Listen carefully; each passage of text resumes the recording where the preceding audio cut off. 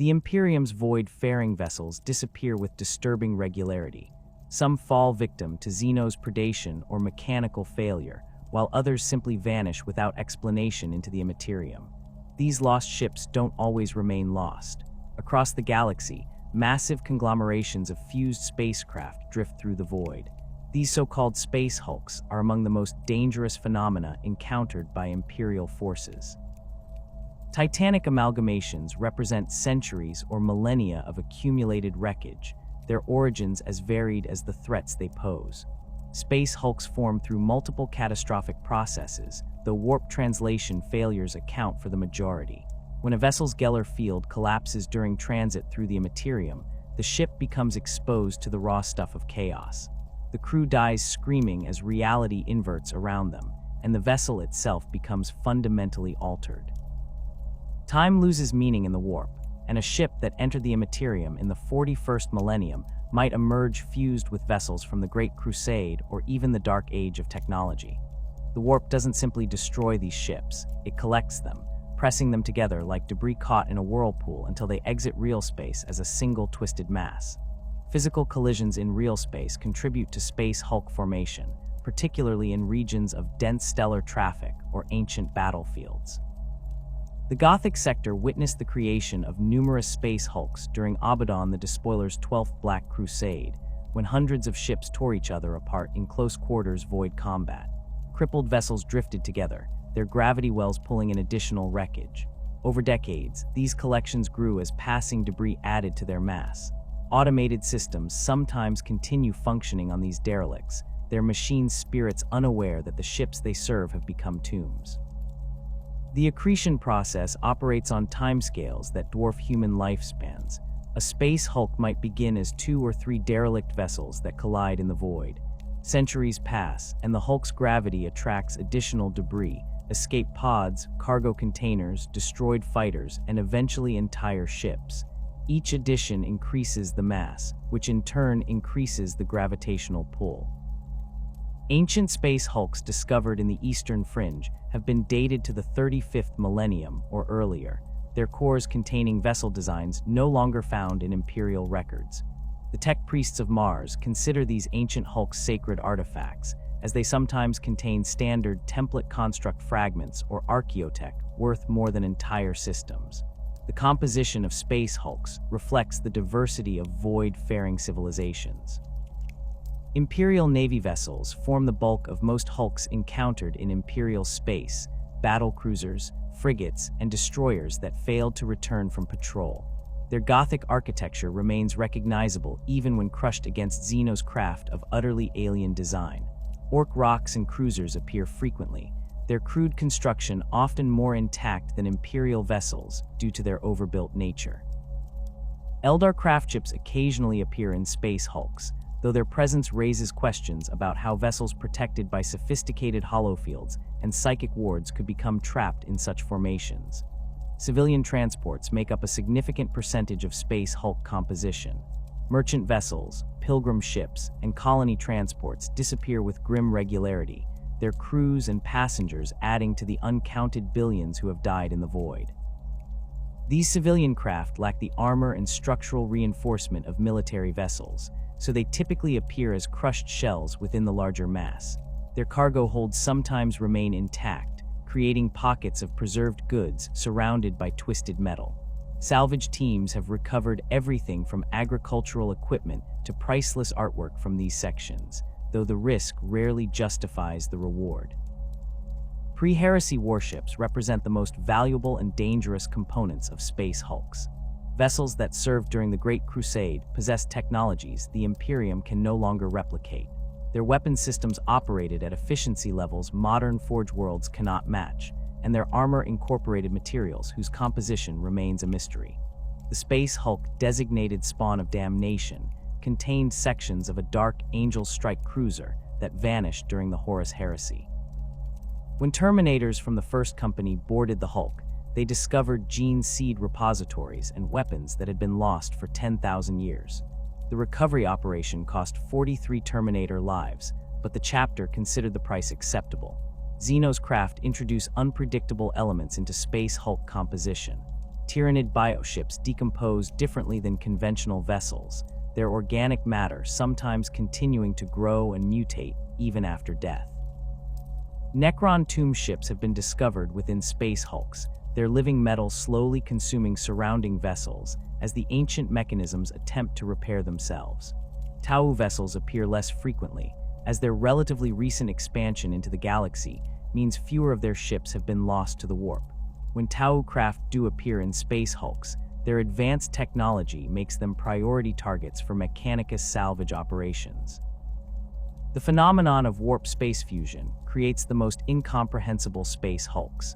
Ships from different millennia occupy the same physical space, their structures interpenetrating in ways that violate real space physics.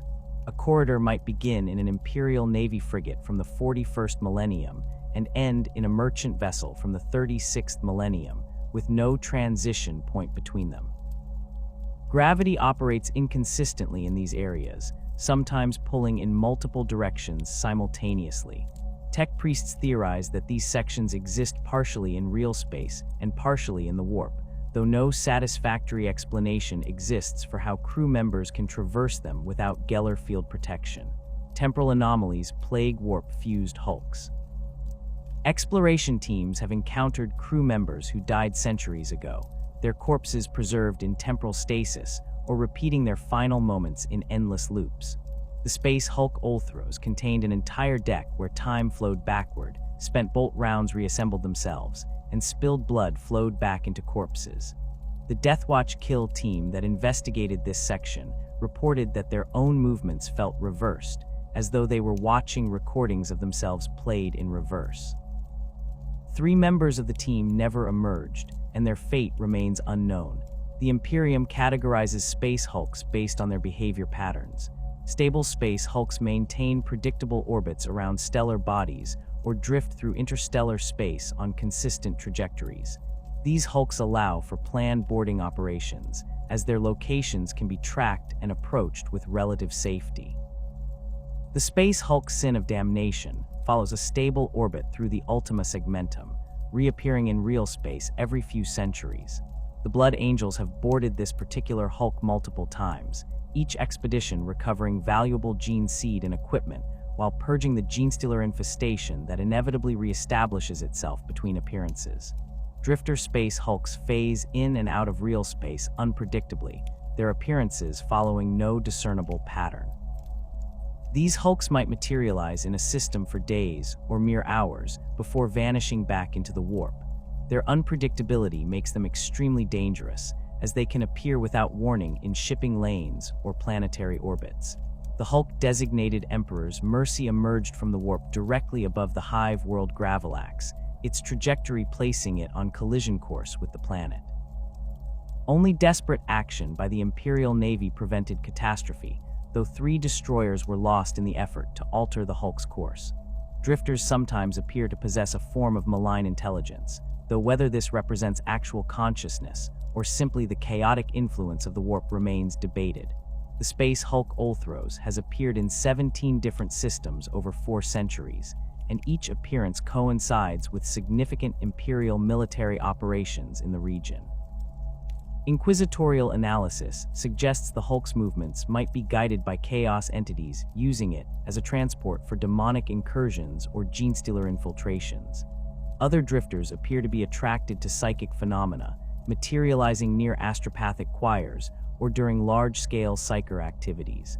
The transition between warp and real space subjects space hulks to tremendous structural stress. Vessels designed to endure the rigors of warp travel possess Geller fields and reinforced hulls, but space hulks have neither. Each transition tears at the fused structures, creating new breaches and crushing interior spaces. Debris fields surround most space hulks, composed of fragments sheared off during translation. These debris clouds pose navigational hazards and can damage boarding craft, forcing approach vectors that expose assault teams to defensive fire from automated systems or hostile inhabitants. The Imperium leaves permanent scars on vessels exposed to its touch. Space hulks, having spent centuries or millennia drifting through the warp without Geller field protection, bear these scars in ways that defy rational comprehension. The interior spaces of these amalgamated derelicts no longer obey the physical laws that govern real space. Corridors extend far beyond the external dimensions of the ships that contain them. Chambers exist in impossible configurations, with walls that meet at angles human perception struggles to process. Tech priests who attempt to map space Hulk interiors find their surveyors producing contradictory data. The same section measured multiple times yields different dimensions each time. Reality itself becomes negotiable within warp-touch sections of space hulks. Bulkheads phase between solid and incorporeal states without warning. Gravity wells form spontaneously in the middle of corridors, pulling objects and personnel toward invisible points in space. The air tastes of copper and ozone, and shadows move independently of any light source. Boarding teams report walls that bleed without possessing circulatory systems, floors that pulse with rhythms resembling heartbeats, and ceilings that display vistas of alien skies no human has ever witnessed. These manifestations aren't illusions. Pict captures and auspex readings confirm their physical presence, though the mechanisms behind them remain beyond Imperial understanding. Non-Euclidean geometry pervades the deepest sections of ancient space hulks. Chambers connect in ways that create impossible loops. A team might walk through 5 doors and return to their starting point despite never reversing direction. Stairways lead both up and down simultaneously, depositing those who traverse them in locations that bear no spatial relationship to their origin point. The Death Watch encountered this phenomenon extensively aboard the space hulk designated Morty's Thule, where entire decks existed in configurations that violated 3-dimensional space. Marines would enter a corridor visible through a doorway, only to find themselves emerging from a completely different section of the hulk. Attempts to backtrack failed consistently, as the paths refused to connect in reverse. The Adeptus Mechanicus has documented cases where space hulk interiors contain more volume than their external dimensions permit. The Hulk Twilight of Humanity measured approximately 12 kilometers in length based on external surveys, yet exploration teams mapped over 40 kilometers of interior corridors before abandoning the effort. This spatial expansion appears to intensify the deeper teams penetrate into the Hulk's core. Outer sections generally maintain predictable layouts matching standard Imperial vessel designs, but inner sections increasingly violate spatial logic. Tech priests theorize that prolonged warp exposure allows the immaterium to bleed into physical structures, expanding them through dimensions human senses cannot perceive. Temporal distortions represent the most disorienting aspect of space hulk exploration. Time flows inconsistently throughout these vessels, creating zones where seconds stretch into hours or days compress into moments. Chronometers malfunction in these areas, their mechanisms unable to track time that refuses to progress linearly. Boarding teams have entered chambers where they experience subjective hours, while their support elements outside reported only minutes passing. The reverse occurs with equal frequency. Teams spending what they perceive as brief periods inside the hulk emerge to discover days or weeks have elapsed in real space. The most extreme temporal anomalies manifest as closed loops where events repeat endlessly. Exploration teams have discovered sections where the same sequence of actions plays out perpetually.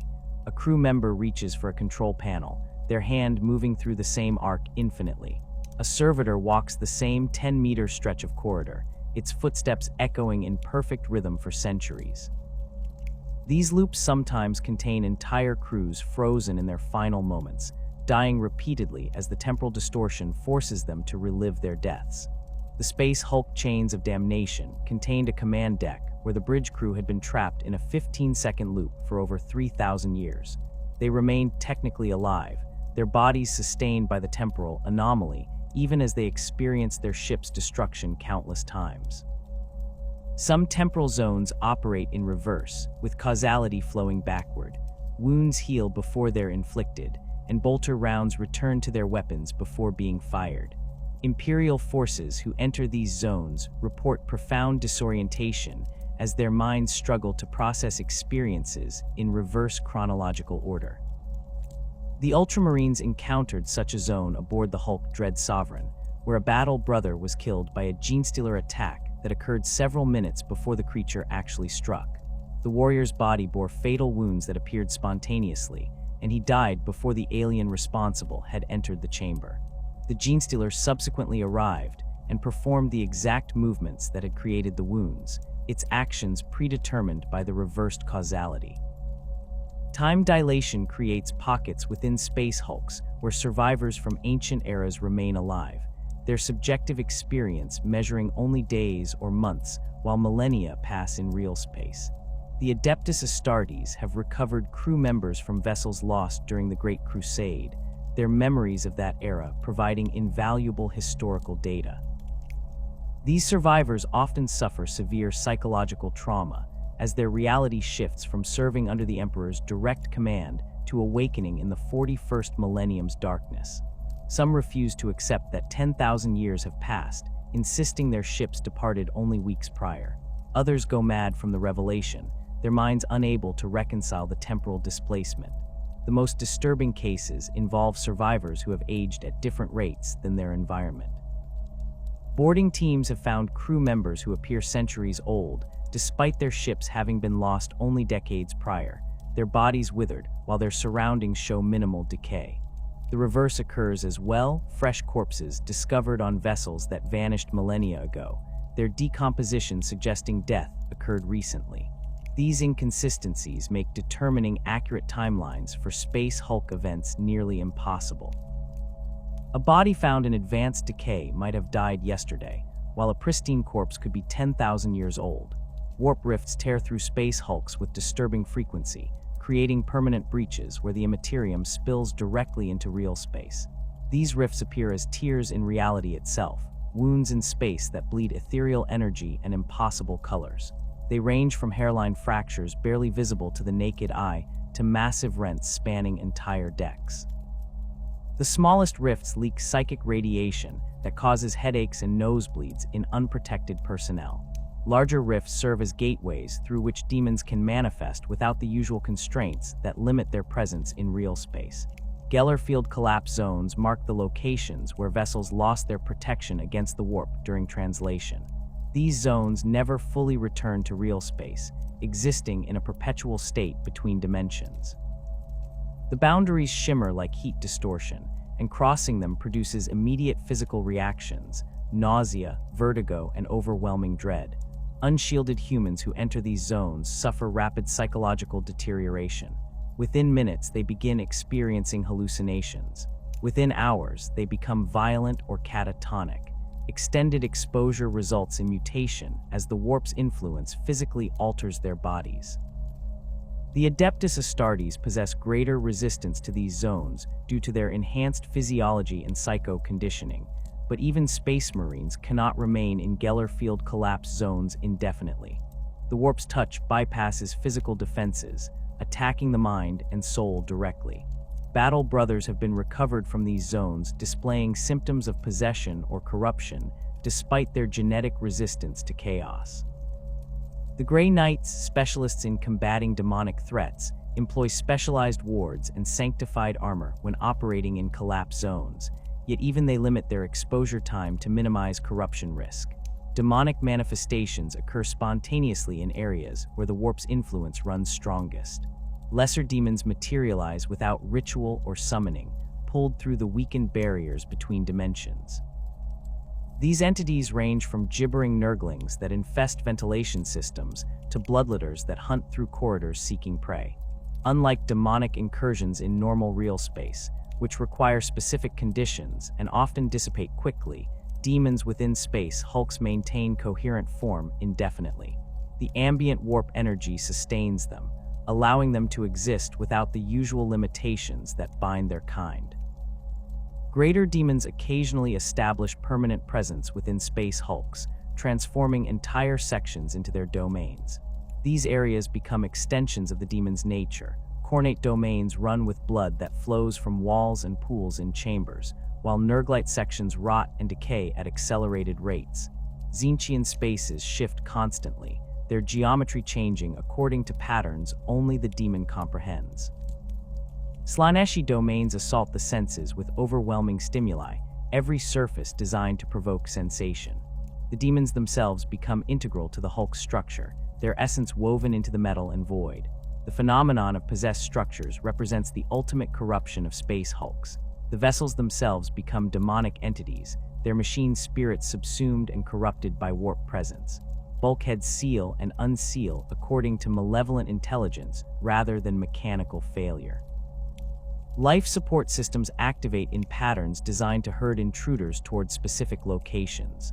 Automated defenses target some personnel while ignoring others, demonstrating clear preferential judgment rather than random malfunction. Tech priests who attempt to commune with these corrupted machine spirits report encountering awareness that mocks them in languages that predate human civilization. Some space Hulks achieve full sentience through demonic possession, becoming single unified entities with malign purpose.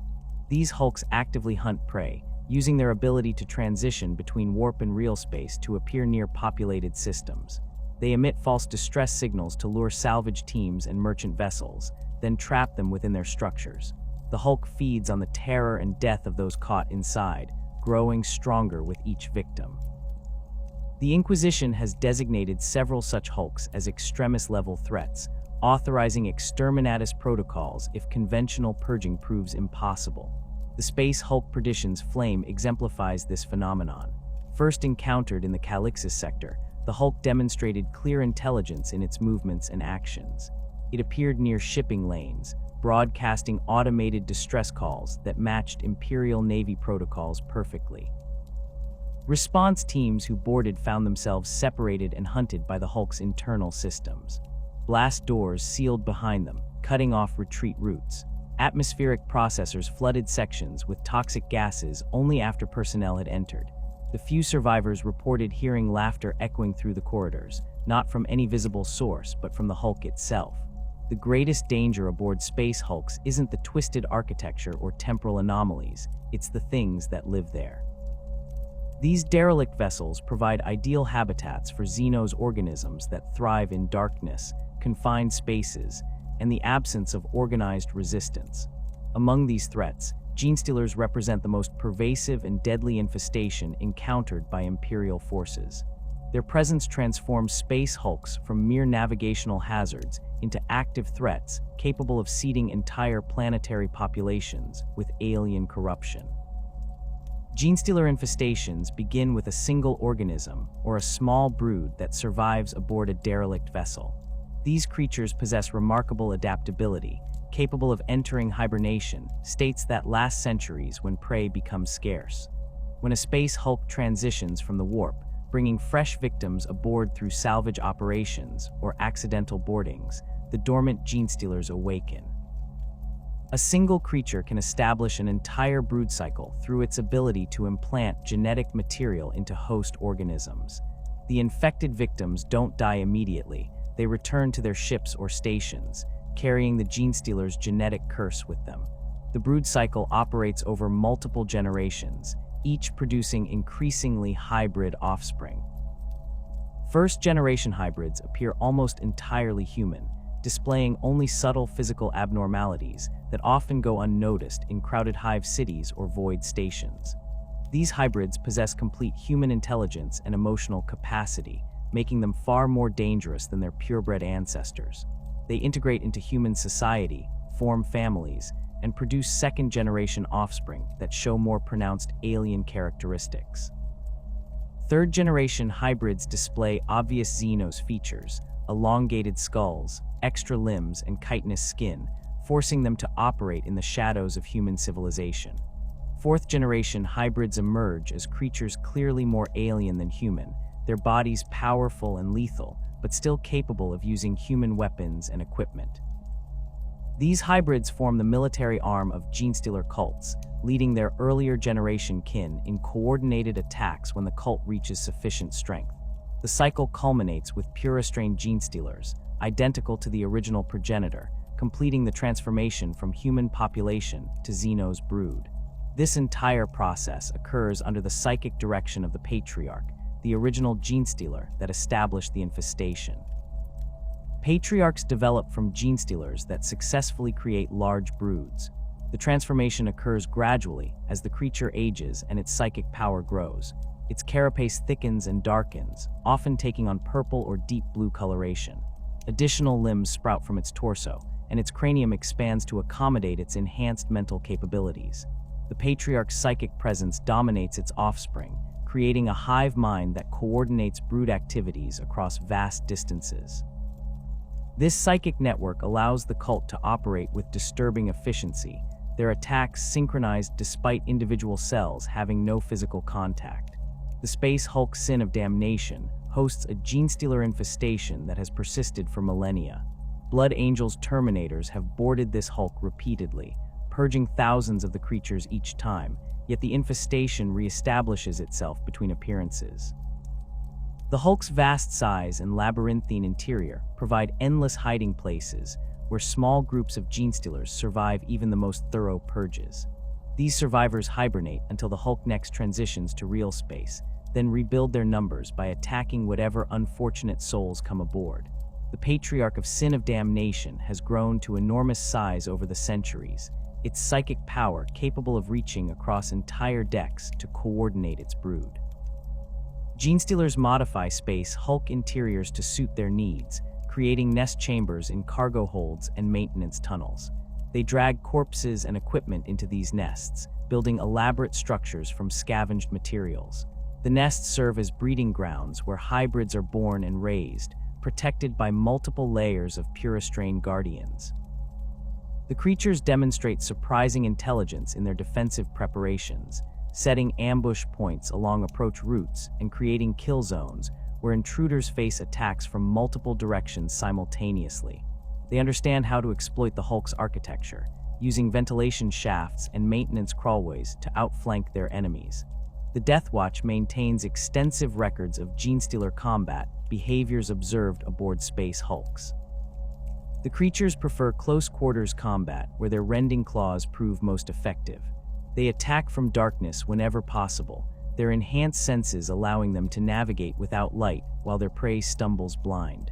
Genestealers demonstrate pack tactics that suggest sophisticated communication, with some creatures deliberately drawing fire while others flank the distracted enemy.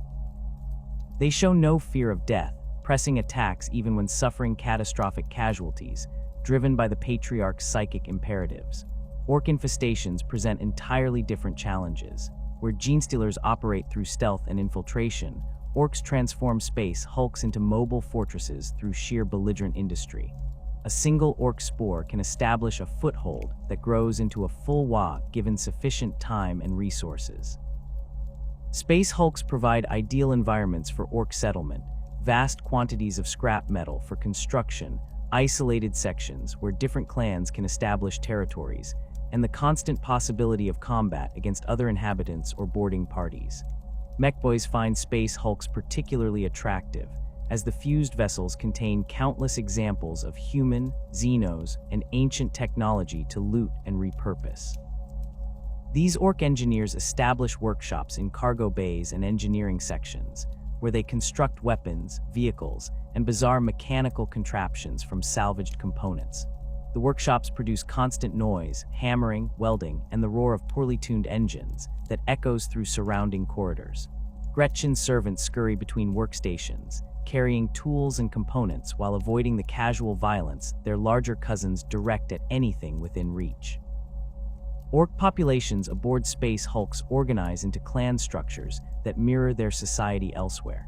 Goths establish training grounds where they practice close combat techniques against captured prey or each other. Bad Moons accumulate the best weapons and equipment, establishing themselves as the wealthiest clan through aggressive trading and occasional theft. Evil Sunts modify any vehicles they find aboard the Hulk, creating fast-moving transports for racing through the wider corridors. Deathskulls scavenge obsessively, painting everything they claim in their blue war paint, and believing this makes them lucky. The largest Space Hulks can support Orc populations numbering in the thousands, complete with hierarchical leadership under a warboss powerful enough to keep the various clans from constant infighting. These populations establish rudimentary infrastructure, fungus farms for food production, fighting pits for entertainment and dominance establishment, and armories where weapons are stored between raids. The orcs view the space hulk as both home and weapon, understanding that its eventual appearance in real space near populated systems provides opportunities for proper fighting against worthy opponents. Orc modifications to space hulk structure follow no coherent plan, resulting in additions that defy engineering logic. They weld armor plates over breaches without concern for structural integrity. They install weapons systems powered by jury-rigged reactors that would horrify any tech priest. They create new corridors by simply smashing through bulkheads with industrial equipment or explosives. Despite this apparent chaos, orc constructions function through principles that blend technology with their latent psychic field. If enough orcs believe something will work, it often does, regardless of physical impossibility. The Space Hulk Rock of Ages exemplifies orc adaptation to space hulk environments. Originally a collection of Imperial and Xenos vessels, the Hulk was claimed by a warboss named Urgork the Unstoppable during the 40th Millennium. Over centuries, his clan transformed the Hulk into a mobile fortress, adding crude engines that provided limited maneuvering capability and covering the exterior with armor scavenged from destroyed ships. When the Hulk appeared in the Armageddon system, it disgorged thousands of orcs who joined the fighting on the planet's surface, while the Hulk itself served as an orbital base for continued reinforcement. Chaos cultist enclaves represent human populations that have embraced corruption while trapped aboard space hulks. These groups form from survivors of initial infestation or boarding actions who turn to the dark gods for survival. The cultists establish shrines in abandoned sections, decorating bulkheads with blasphemous symbols and conducting rituals that further corrupt the Hulk's already tainted environment. They sacrifice captured victims to their chosen deities, believing this worship will grant them protection or power sufficient to escape their prison. These cultist populations develop distinct characteristics based on their patron deity. Cornate cultists establish fighting pits where they battle each other or captured prisoners, offering the blood spilled to the blood god. They decorate their territories with skulls and maintain altars built from bones and weapons. Nurglite cultists embrace the decay around them, their bodies covered in sores and infections they consider blessings. They spread disease deliberately, contaminating water supplies and air systems to share their patrons' gifts. Tzeentchian cultists obsessively study the space hulk's anomalies, believing they can discern patterns in the chaos that will grant them forbidden knowledge. Slaaneshi cultists pursue sensation and excess, their rituals involving acts of depravity that would earn immediate execution in Imperial space. Cultist enclaves sometimes number in the hundreds, particularly on larger hulks where multiple groups establish separate territories. They war against each other when their patron deities' interests conflict, but unite against external threats like Imperial boarding parties or rival Xenos populations. The cultists possess intimate knowledge of their territory, using hidden passages and trapped corridors to ambush intruders. They fight with desperation born from knowing that capture means execution, making them dangerous opponents despite their lack of formal military training. The cultists' presence accelerates space hulk corruption, their rituals opening additional breaches to the warp and attracting demonic attention. Possessed cultists become common in these enclaves, their bodies hosting entities that grant them unnatural strength and resilience. The most powerful cult leaders achieve demonhood themselves, transforming into creatures that blur the line between mortal and warp entity.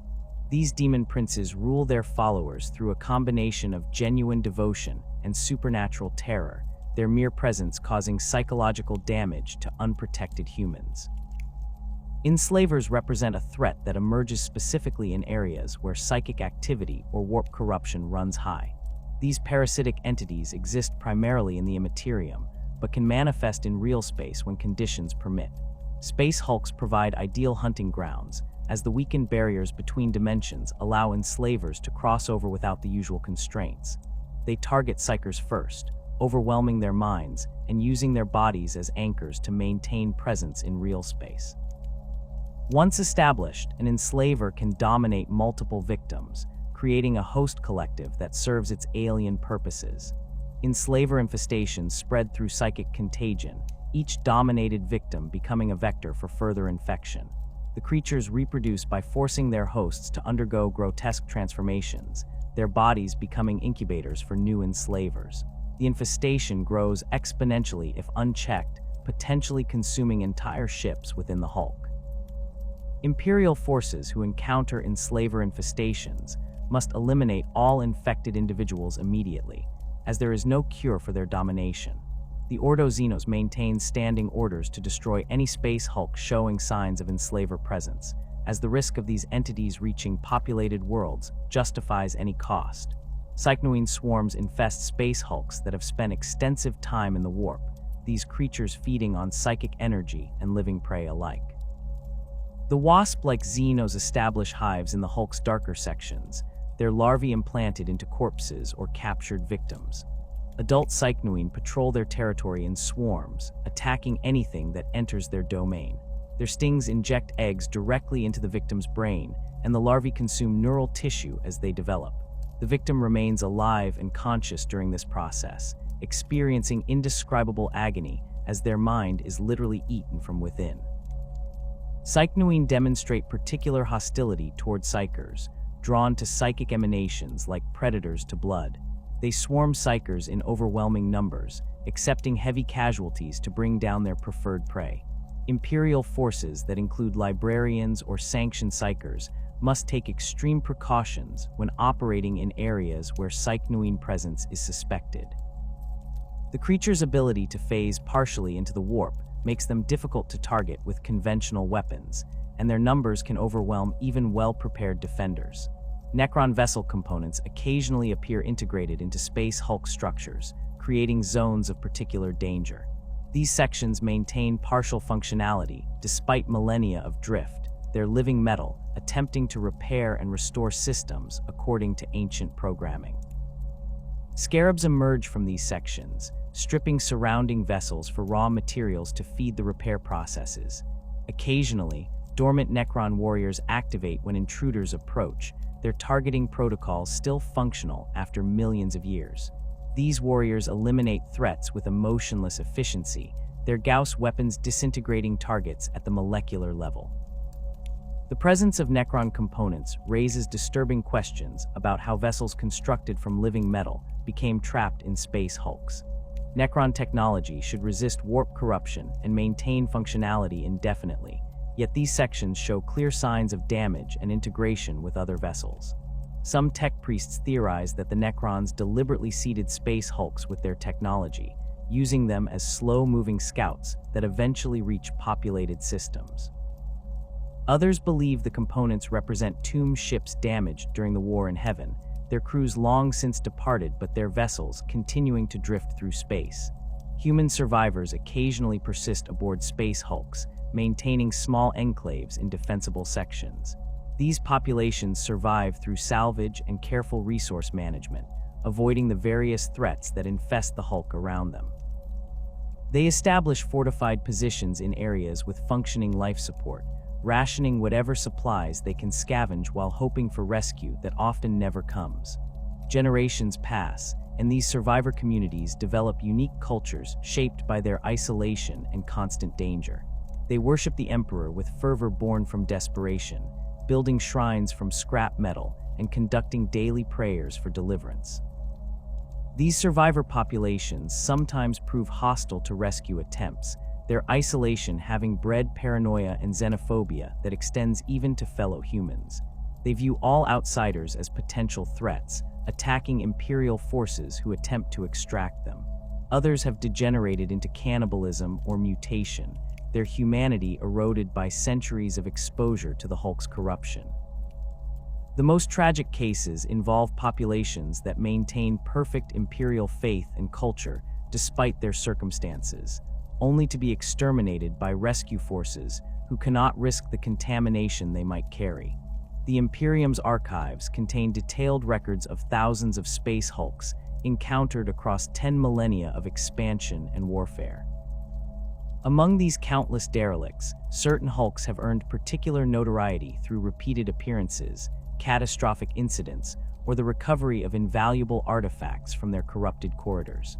These notable space hulks serve as grim reminders of the void's dangers and the price of venturing into the unknown.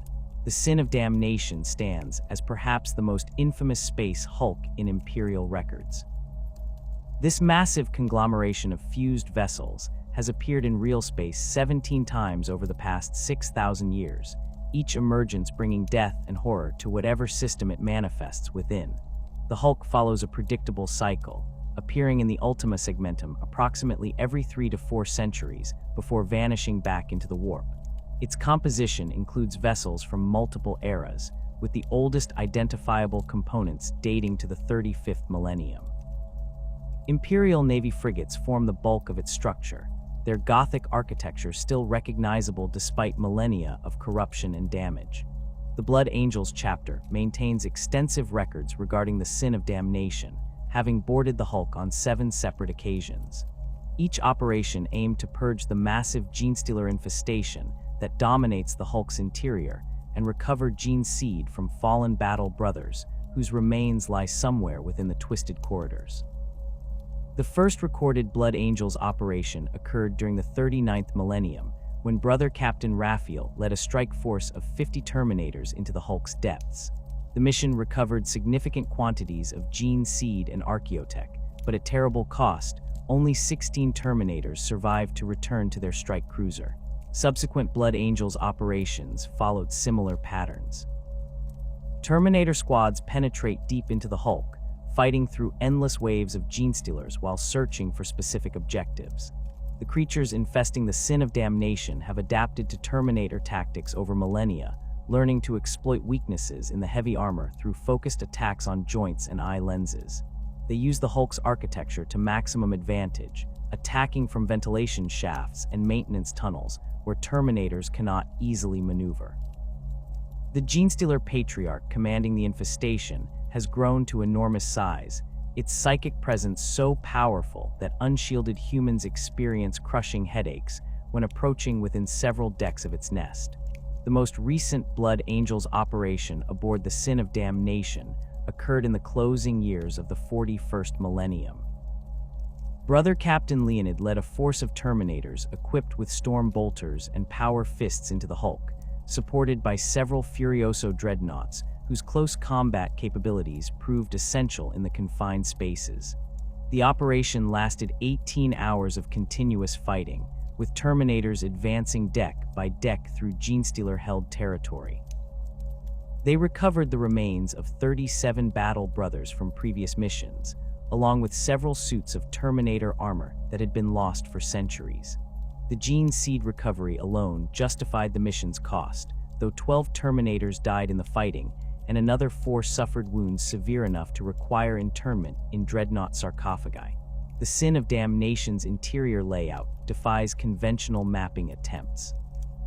Corridors that appeared on one expedition's charts vanish entirely by the next boarding action, replaced by different passages leading to unknown sections. Tech priests theorize that the Hulk's structure shifts during its time in the warp, with vessels moving relative to each other and creating new configurations. This constant change forces each boarding team to navigate as if entering the Hulk for the first time, unable to rely on previous expeditions' maps or intelligence. The Genestealers demonstrate intimate knowledge of these shifting passages, using them to outmaneuver Imperial forces and strike from unexpected directions. The Devourer of Stars represents a different category of space Hulk entirely, one whose value lies not in military significance, but in the potential archaeotech contained within its ancient structure. This enormous Hulk appeared in the Segmentum Obscurus during the 40th millennium, its composition immediately attracting Mechanicus' attention. Preliminary surveys identified vessel components dating to the Dark Age of technology, their designs matching no known Imperial patterns. The presence of these pre-Imperial ships suggested the possibility of standard template construct fragments or other technological marvels that could revolutionize the Imperium's industrial capacity. The Adeptus Mechanicus dispatched multiple expeditions to the Devourer of Stars, each seeking to penetrate deeper into the Hulk and recover whatever treasures lay within. The first expedition, led by Mago's explorator Deltrian V. Heck, confirmed the presence of Dark Age vessels integrated into the Hulk's core. These ships utilized construction materials that resisted all attempts at analysis, their hulls composed of substances that self-repaired minor damage and demonstrated properties inconsistent with known metallurgy. The expedition recovered several data cores from what appeared to be a merchant vessel's bridge, though the information stored within them remained encrypted by systems far more sophisticated than anything the Mechanicus possessed. Subsequent expeditions faced increasing resistance from the Hulk's indigenous threats. A massive orc population had established itself within several sections, their mechboys drawn to the same ancient technology that attracted the Mechanicus. Battles erupted between Skitarii forces and orc mobs, with both sides seeking to claim the most valuable salvage. The orcs had already looted extensively, carrying off components whose purpose they couldn't understand, but recognized as valuable through their instinctive understanding of technology. Tech priests recovered several pieces of archaeotech from orc workshops, the Xenos having partially disassembled them in failed attempts to incorporate the technology into their own crude weapons. The Devourer of Stars also contained sections where warp corruption ran particularly deep. Entire decks existed in states of temporal flux, their atmospheres cycling through different compositions as time flowed inconsistently. Explorator teams documented chambers filled with equipment that appeared brand new despite the vessels containing them being thousands of years old. Other sections showed advanced decay, their structures crumbling as if exposed to centuries of entropy in mere moments. These temporal anomalies made recovery operations extremely hazardous, as teams could find themselves trapped in time loops or aged to death within minutes of entering affected areas. The most significant discovery aboard the Devourer of Stars occurred when Mago's VHEX 4th expedition located what appeared to be a research vessel from the Dark Age. The ship's databanks contained fragmentary STC information related to advanced materials synthesis, though the data was incomplete and corrupted by millennia of exposure to the warp. The Mechanicus immediately classified this information at the highest levels, recognizing that even partial STC data represented knowledge worth more than entire Forge worlds. Recovery teams spent months extracting the databanks while fighting off orc attacks and navigating the temporal hazards. 12 tech priests died in the effort, but the recovered information eventually led to improvements in Imperial armor production that benefited Space Marine chapters across the galaxy. The Gallowdark emerged from the warp in recent years, its appearance coinciding with increased Tyranid activity along the eastern fringe. This space hulk differs from most others in its composition. Rather than consisting primarily of Imperial vessels, it contains a roughly equal mix of Imperial Navy ships, orc craft, and Xenos vessels from species the Imperium has never encountered.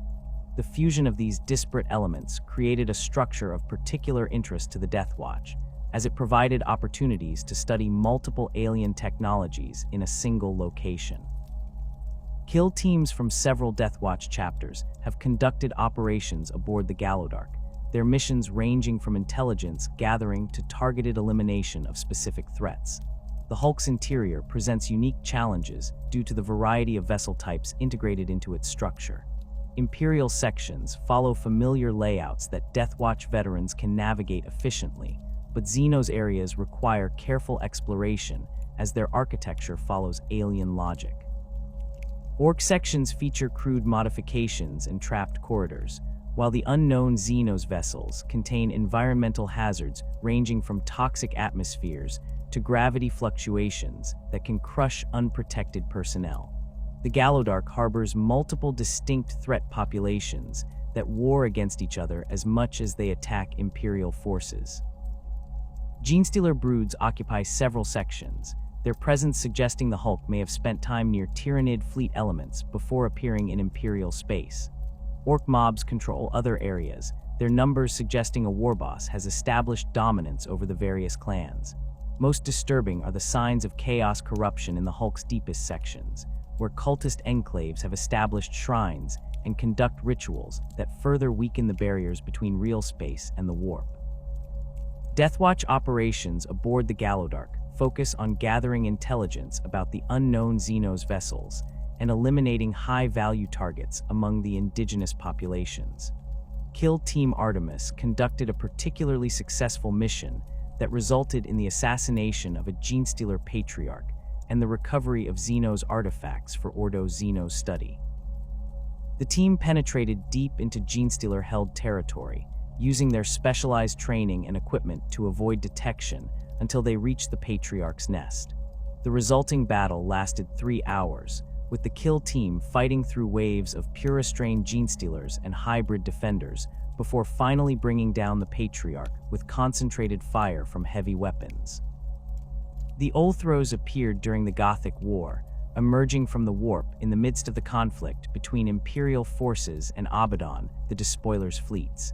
This ancient space hulk contained vessels from multiple eras, including several Imperial Navy warships that had vanished during earlier conflicts. The hulk's appearance created both opportunity and danger, the potential recovery of valuable equipment and gene seed balanced against the certainty of heavy Genestealer infestation, and the risk of Chaos forces claiming the Hulk for their own purposes. Imperial Navy surveys of the Ulthros identified it as containing significant quantities of archaeotech, including weapon systems and armor components that predated the Horus Heresy. Several of the integrated vessels had served during the Great Crusade, their armories potentially holding equipment whose quality surpassed anything produced by modern Forge worlds. The Mechanicus pressed for immediate salvage operations, arguing that the technology aboard the Ulthros justified any risk. The Imperial Navy agreed, though they insisted on significant military support for any boarding actions. The first major operation aboard the Ulthros involved elements from 3 Space Marine chapters: the Imperial Fists, the Aurora chapter, and the Nova Marines. The combined force totaled over 200 battle brothers, including 30 Terminators equipped specifically for close-quarters combat against Genestealers. The operation encountered immediate resistance as Genestealer broods swarmed the boarding parties, attacking with coordination that suggested a powerful Patriarch directing their movements. The Space Marines established beachheads in several sections, using heavy flamers and assault cannons to clear corridors and create defensible positions. The fighting aboard the Ulthros lasted for weeks, with Space Marine forces gradually pushing deeper into the Hulk while suffering steady casualties. The Genestealers had established elaborate nest structures throughout the Hulk, turning entire decks into breeding grounds defended by thousands of the creatures. Imperial forces encountered not just pure-restrained Genestealers, but also multiple generations of hybrids, some equipped with looted Imperial weapons and armor. The hybrids demonstrated disturbing tactical awareness, using cover effectively and coordinating their attacks with the pure-restrained broods. The temporal anomalies aboard the Ulthros complicated operations significantly. Several squads reported entering zones where time flowed backward, their movements feeling reversed, and their equipment malfunctioning in ways that suggested causality inversion. 3 battle brothers from the Aurora chapter were lost in one such zone, their bodies discovered later showing wounds that appeared to have been inflicted before the weapons that caused them had been fired.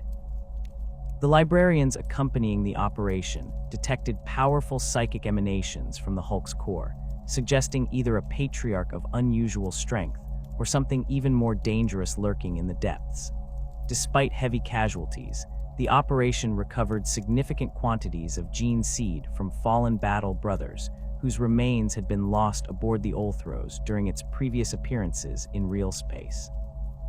The Mechanicus teams accompanying the Space Marines salvaged several intact weapons systems from a Great Crusade-era battle barge, including plasma cannons, whose output exceeded modern equivalents by 30%. The archaeotech recovery alone justified the operation's cost from the Mechanicus perspective, though the Space Marine chapters measured success differently, in brothers lost and gene seed recovered. The Ulthros vanished back into the warp before Imperial forces could complete their purge of the Genestealer infestation. The Hulk's departure stranded several squads still operating in its interior, their fates unknown. When the Ulthros next appears in real space, Imperial forces will face the same infestation once again, the surviving Genestealers having rebuilt their numbers during the Hulk's time in the warp. The cycle continues indefinitely, each appearance bringing fresh opportunities for salvage and new casualties among those who dare board the ancient derelict. Space Hulk boarding operations represent some of the most dangerous combat scenarios Imperial forces face. The confined environments, hostile indigenous populations, and unpredictable structural hazards create conditions where conventional tactical doctrine proves inadequate. The Adeptus Astartes developed specialized approaches to Space Hulk combat over millennia of bitter experience, with Terminator armor deployment emerging as the standard response to these unique challenges. Terminator armor exists specifically for operations in environments where standard power armor cannot provide sufficient protection. The thick ceramic plating and reinforced joints allow Space Marines to survive in the absolute vacuum of space, endure extreme temperatures, and withstand impacts that would kill battle brothers in standard Mark 7 or Mark 10 plate. The armor's void-sealed nature makes it essential for Space Hulk operations, where hull breaches and atmospheric failures occur without warning. A Terminator can continue fighting even when explosive decompression tears the atmosphere from an entire deck, his armor's internal life support maintaining full functionality for extended periods. The close-quarters effectiveness of Terminator armor stems from both its protective capabilities and the weapons systems it supports. Storm bolters provide sustained firepower in confined corridors, their twin-linked barrels capable of hosing down approaching enemies with mass reactive rounds. The weapons prove particularly effective against Genestealers, whose numbers often overwhelm defensive positions through sheer mass. A single Terminator can hold a corridor against dozens of the creatures, his storm bolter cutting down the leading elements while his armor absorbs the attacks of those that close to melee range. Power fists and chain fists give Terminators devastating close combat capability when enemies inevitably reach melee distance. The powered weapons tear through Genestealer carapaces and orc hide with equal efficiency, while also serving practical purposes in Space Hulk environments. Terminators use their power fists to breach sealed bulkheads, smash through debris-blocking corridors, and create emergency exit routes when primary passages become compromised. The chain fist's rotating teeth cut through reinforced doors and structural supports, allowing squads to bypass sealed sections or collapse corridors behind them to prevent enemy pursuit. Assault cannons mounted by Terminator heavy weapons specialists provide overwhelming firepower in situations where storm bolters prove insufficient. The rotating barrels spit hundreds of mass reactive rounds per minute, turning corridors into killing zones where nothing survives.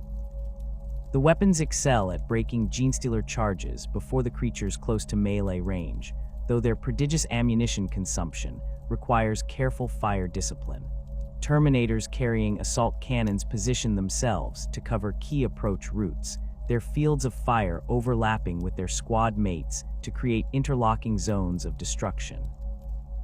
Heavy flamers serve critical roles in Space Hulk operations, their promethium streams purging Genestealer nests and clearing ventilation shafts where the creatures hide. The weapons prove equally effective against orc mobs, whose crude armor provides little protection against burning promethium that adheres to flesh and continues burning even after the initial attack. Heavy flamer specialists advance at the front of Terminator formations, using their weapons to clear rooms before their brothers enter. The psychological impact of the weapons cannot be understated. Even orcs, who fear little, hesitate when facing walls of burning promethium. Terminator squad organization follows strict tactical doctrine developed through centuries of Space Hulk operations. Standard squads consist of 5 battle brothers, with one designated as sergeant and equipped with additional close combat weapons. This small unit size allows squads to navigate the cramped corridors typical of Space Hulk interiors, while maintaining sufficient firepower to handle most threats. The squad members position themselves in overlapping fields of fire, ensuring that enemies attacking from any direction face immediate response from multiple Terminators. Multiple squads coordinate their movements through the Hulk, maintaining Vox contact and supporting each other when one unit encounters overwhelming resistance. The squads advance in parallel through different sections, creating multiple penetration routes that prevent the enemy from concentrating their forces against a single point. When one squad encounters a sealed bulkhead or impassable debris, adjacent squads can breach through connecting passages to bypass the obstacle. This multi-axis approach proves essential in space Hulk environments, where single corridors often lead to ambush points or dead ends. Zone Mortali's combat doctrine governs space marine operations in confined environments like space hulks. The term encompasses the specific tactics, movement patterns, and engagement protocols necessary for fighting in spaces where conventional maneuver warfare becomes impossible. Zone Mortalis emphasizes methodical advancement, thorough clearance of each section before proceeding deeper, and the establishment of secure fallback positions at regular intervals. Corridor fighting represents the most common combat scenario aboard space hulks. The narrow passages limit the number of combatants who can engage simultaneously, negating numerical superiority and placing premium value on individual warrior quality. Terminators advance down corridors in staggered formation, with forward elements covering the immediate front while rear elements watch for attacks from behind or above. The formation allows the squad to respond to threats from multiple directions without exposing their flanks or rear to attack. Genestealers exploit ventilation shafts and maintenance crawlways to attack from unexpected angles, dropping onto Terminators from above or bursting through deck plates from below. Veteran squads maintain constant awareness of their three-dimensional environment, checking ceiling vents and deck seams for signs of enemy presence. Motion trackers built into Terminator helmets provide warning of approaching threats, though the devices prove less reliable in space Hulk environments, where debris and structural movement create false readings. Bulkhead breaching requires careful coordination between squad members. The designated breacher positions himself before the sealed door, while his brothers provide covering fire and watch for enemy response. Power Fist strikes sealed mechanisms with sufficient force to shatter locking systems, while Chain Fists cut through reinforced materials that resist blunt force. Melt-a-bombs serve as alternatives when time permits their placement, the fusion charges reducing doors to molten slag within seconds. The breaching process creates noise that alerts enemies to Imperial presence, so squads must be prepared for immediate combat once they penetrate sealed sections. Terminators throw frag grenades through breached bulkheads before entering, the explosions clearing immediate threats and forcing enemies to take cover. The squad then advances rapidly through the opening, storm bolters firing as they spread out to secure the new section. Speed proves critical during these moments. Hesitation allows enemies to recover from the initial shock and mount organized resistance. The first Terminators through the breach accept the highest risk, drawing enemy fire, while their brothers exploit the distraction to establish firing positions. Secured beachheads serve as anchor points for extended operations deep within space hulks. These fortified positions provide rally points where squads can regroup, resupply, and receive reinforcements. Terminators establish beachheads in defensible locations, junctions where multiple corridors meet, cargo bays with limited entry points, or command centers with reinforced walls. The squad seal unnecessary entrances with welded bulkheads or collapsed debris, creating controlled access points they can defend efficiently. Beachhead defense requires different tactics than advancing operations. Terminators position themselves to create overlapping fields of fire covering all approaches, with heavy weapons specialists placed to maximize their effectiveness. Assault cannons cover the primary approach routes where enemy attacks will likely concentrate, while Storm Bolter-equipped Terminators handle secondary passages. The defenders establish fallback positions within the beachhead, creating multiple defensive lines that allow them to trade space for time if enemies breach the outer perimeter. Auspex limitations plague space Hulk operations, degrading the sensor systems that Imperial forces rely upon in conventional combat. The devices detect motion, heat signatures, and energy emissions under normal conditions, providing tactical awareness of enemy positions and movements. Space Hulk environments overwhelm these sensors with interference from multiple overlapping ship systems, each broadcasting electromagnetic noise across various spectrums. Reactors in different vessels cycle through power fluctuations, creating heat signatures that mask living targets. Automated systems activate randomly, their energy emissions appearing identical to active weapons or equipment. Warp residue compounds the interference, its psychic emanations disrupting sensor function in ways that defy technical explanation. Auspex displays show phantom readings that disappear when investigated or fail to detect actual threats until they appear in visual range. Tech Marines attempt to filter the interference through specialized programs and modified sensor arrays, but the corrupted environment defeats most countermeasures. Terminators learn to trust their combat instincts and visual confirmation over sensor data, treating Auspex readings as supplementary information rather than reliable intelligence. The layered construction of space hulks creates additional sensor problems. Multiple decks stacked above and below the Terminator's current position generate readings that appear to originate from their immediate vicinity. An Auspex might show enemy contacts directly ahead when the actual threats occupy a deck above or below, their signatures bleeding through the intervening structure. Experienced sergeants learn to interpret these phantom readings, using them to build mental maps of enemy positions throughout nearby sections, even when precise locations remain uncertain. Vox communication suffers similar degradation, with squad channels experiencing static and dropout that disrupts coordination. Terminators maintain verbal discipline, keeping transmissions brief and repeating critical information to ensure understanding despite interference. Sergeants establish backup communication protocols using hand signals and predetermined movement patterns that allow squads to coordinate without Vox contact. The communication difficulties force greater autonomy on individual squads, with sergeants making tactical decisions based on their immediate situation rather than waiting for orders from command elements. Extraction protocols receive extensive emphasis during mission planning, as Terminators operating deep within space hulks require reliable evacuation methods if situations deteriorate beyond recovery. Teleportarium technology provides the primary extraction method, allowing squads to return instantly to their strike cruisers without fighting back through hostile territory. The process requires maintaining precise coordinate locks between the Terminator's positions and the teleportarium aboard their ship, a technical challenge complicated by space hulk drift and structural instability. Teleportarium operators aboard strike cruisers constantly update coordinate calculations as the space hulk shifts relative to their position. The massive derelicts rarely maintain stable trajectories, their movements influenced by gravitational forces, internal explosions, and warp currents that defy prediction.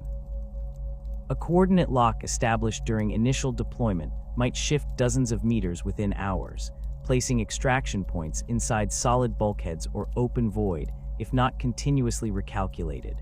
Tech priests monitor these shifts through sophisticated tracking systems, adjusting coordinates and alerting ground commanders when extraction zones become compromised. Terminators carry locator beacons that transmit positioning data to the teleportarium, allowing operators to track their movements through the hulk and maintain accurate locks. The beacons broadcast on frequencies that penetrate the interference plaguing other communication systems, though their signals weaken when squads penetrate particularly deep into the hulk's core. Squads operating beyond reliable beacon range establish waypoints at regular intervals, positioning backup beacons that create a chain of signals leading back to their current position. Emergency evacuation procedures activate when squads face overwhelming enemy forces or encounter threats beyond their capability to handle. The sergeant signals for immediate extraction, and the teleportarium initiates emergency protocols that prioritize speed over precision. The resulting teleportation carries higher risks than standard operations. Terminators might arrive aboard their ship with minor injuries from materialization errors, or equipment might fail to fully translate. These risks prove acceptable compared to certain death if squads remain in untenable positions. Teleportarium malfunctions represent the nightmare scenario for space hulk operations. If the coordinate lock fails or interference disrupts the translation process, Terminators can materialize inside solid matter, in open void, or simply vanish into the warp. Chapters maintain extensive records of brothers lost to teleportarium failures, their gene seed unrecoverable, and their deaths serving as grim reminders of the technology's limitations.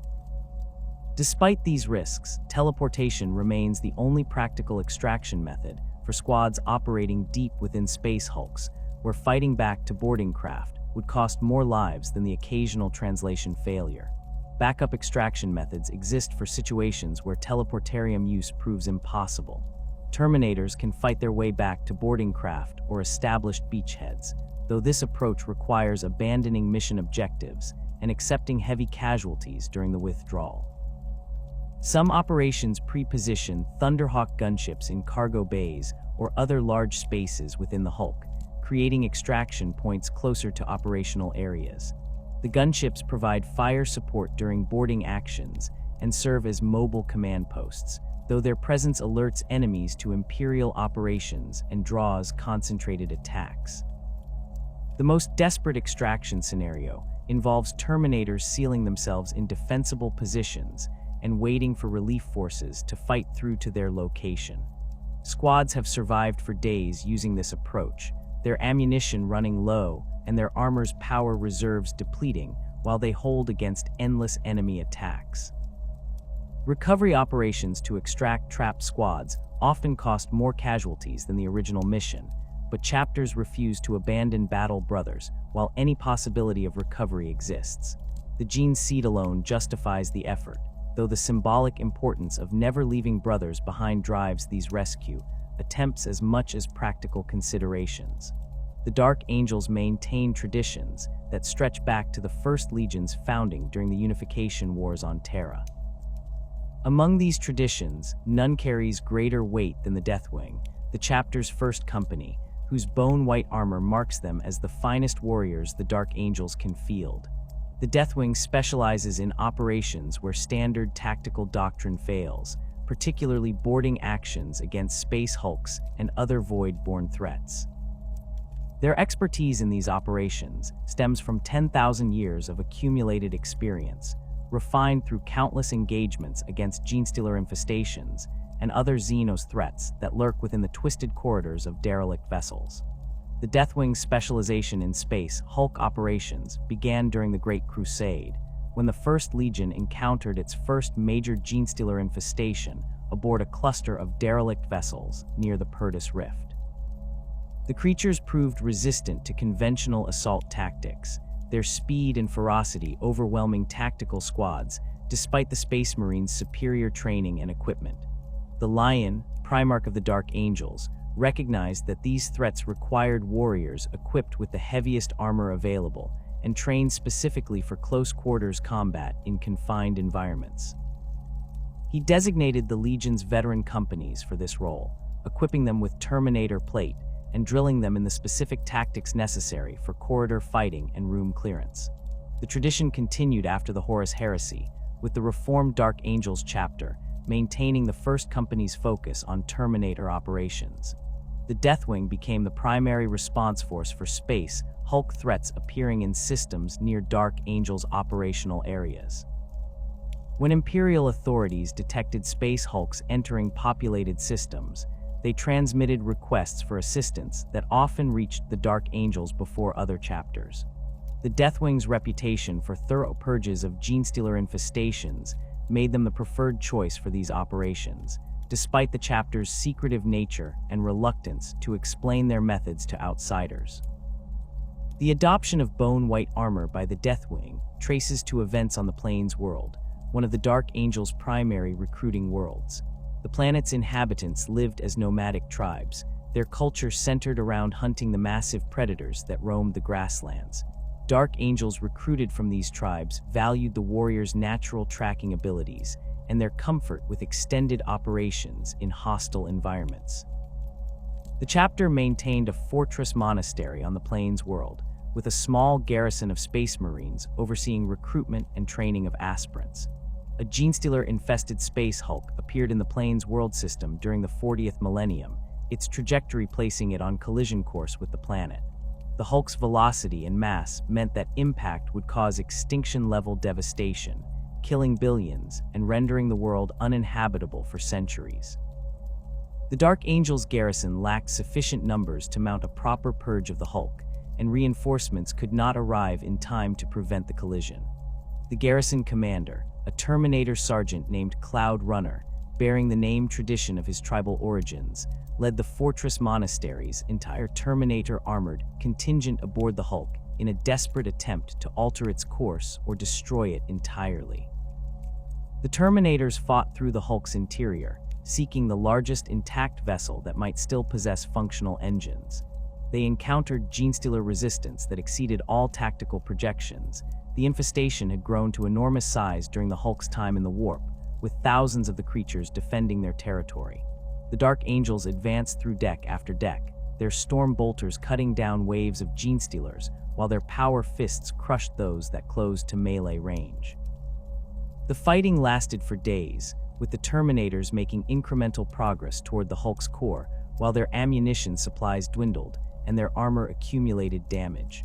Cloud Runner's force eventually reached an ancient Imperial Navy battlecruiser that formed the Hulk's central mass. Its engine compartments remained partially functional, their plasma reactors still generating power after centuries of dormancy. The Terminators fought their way to the engine control centers, where they discovered systems that could be manually activated despite the lack of bridge control. The process required someone to remain in the engine compartments, manually regulating the plasma flow, while the others fought off Genestealer attacks. Cloud Runner ordered his brothers to return to the plane's world while he stayed behind, knowing the engine activation would flood the compartments with lethal radiation that even Terminator armor could not fully protect against. The engines fired, their thrust sufficient to alter the Hulk's trajectory away from the plane's world. The deflection saved the planet, though the Hulk broke apart under the stress of acceleration, its fused vessels tearing free from each other. Cloud Runner died in the engine compartments, his armor's life support failing as radiation poisoning destroyed his enhanced physiology. His brothers recovered his body after the Hulk's breakup, finding him still at the controls, his hands locked on the manual regulators even in death. The gene seed remained viable for extraction, allowing Cloud Runner's genetic legacy to continue through future generations of Dark Angels. The Plains World tribes learned of Cloud Runner's sacrifice and the actions of his squad. They honored the fallen Terminators through their traditional death ceremonies, painting their bodies with white ash and clay to symbolize the warrior's passage into the afterlife. When the Dark Angels chapter learned of this tribute, the Master of the Deathwing ordered that the first company adopt bone white armor in perpetual remembrance of Cloud Runner and his brothers. The color became the Deathwing's distinctive marking, setting them apart from other Dark Angels who wore the chapter's traditional dark green. The white armor served as a constant reminder that Deathwing Terminators accepted death as the likely outcome of their missions, yet fought on regardless. The cultural significance of the bone white armor extends beyond simple memorial. Deathwing Terminators view their armor as a death shroud, worn by warriors who have already accepted their mortality. This mindset creates a psychological advantage in combat. Terminators who expect to die fight with absolute commitment, taking risks that more cautious warriors might avoid. They advance into kill zones without hesitation, knowing that their sacrifice might allow their brothers to complete the mission. This mentality proves particularly valuable in Space Hulk operations, where Genestealer swarms can overwhelm even veteran warriors through sheer numbers. The Deathwing's willingness to trade their lives for mission success has led to numerous victories that conventional tactics could not achieve. The Deathwing maintains detailed records of every Space Hulk operation conducted by the First Company, their archives containing tactical data spanning thousands of engagements. These records document Genestealer behavior patterns, optimal breach points for different vessel types, and the specific threats associated with various Hulk configurations. Newly inducted Deathwing Terminators study these records extensively, learning from the experiences of brothers who fought and died in previous operations. The accumulated knowledge allows the Deathwing to approach each new Space Hulk with tactical understanding that other chapters lack, their operational planning informed by centuries of hard-won experience. Notable Deathwing operations include the purge of the Space Hulk Bane of Caliban, which appeared in the Cadian Gate region during the 41st Millennium. The Hulk contained several vessels that had served in the Dark Angels fleet during the Horus Heresy, their presence suggesting the possibility of recovering chapter relics and gene seed from that era.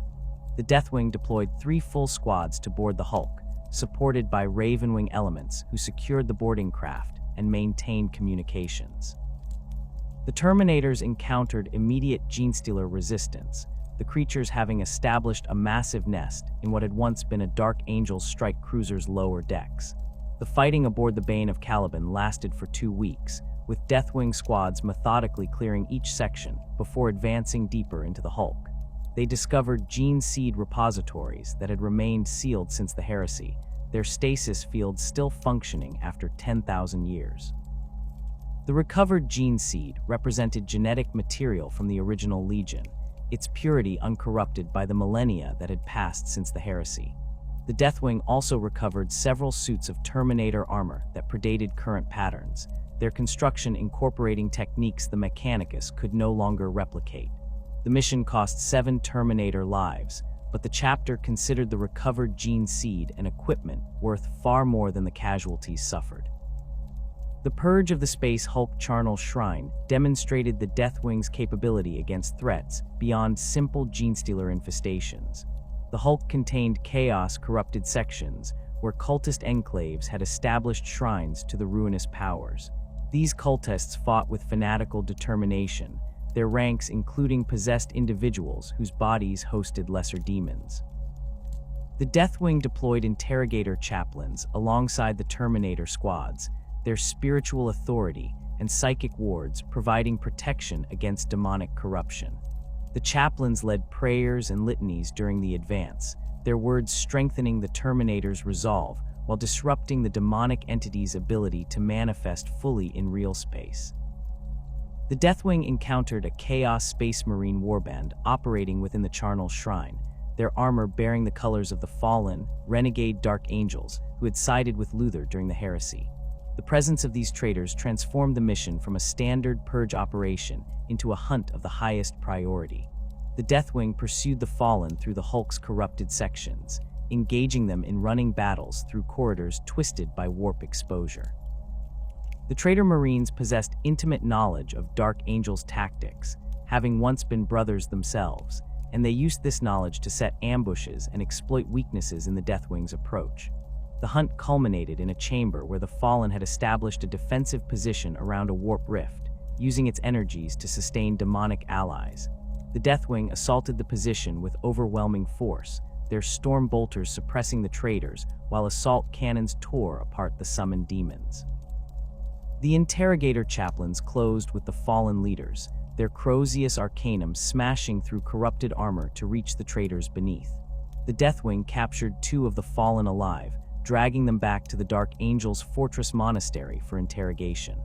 The captured traitors would spend decades in the chapter's dungeons, subjected to the interrogator chaplain's methods until they repented their betrayal or died unrepentant. The recovery of ancient chapter relics from corrupted vessels represents a secondary but significant aspect of Deathwing operations. Space Hulks sometimes contain Dark Angel's vessels lost during the heresy or the subsequent scouring. Their cargo holds preserving equipment and weapons from the Legion's glory days. The Deathwing prioritizes the recovery of these relics, viewing them as sacred artifacts that connect the modern chapter to its founding. Recovered weapons receive extensive purification rituals before being returned to service, their machine spirits cleansed of any corruption accumulated during their time aboard the Hulks. The Deathwing recovered the Sword of Luthor from the Space Hulk Perdition's end, the blade having been lost when the strike cruiser carrying it vanished during the scouring. The weapon had belonged to Luthor himself before his betrayal, and the Dark Angels considered its recovery essential to preventing it from falling into enemy hands. The Deathwing fought through heavy Genestealer resistance to reach the strike cruiser's armory, where they found the sword still secured in its stasis case. The recovery team extracted the weapon and fought their way back to their boarding craft, losing 3 Terminators in the withdrawal.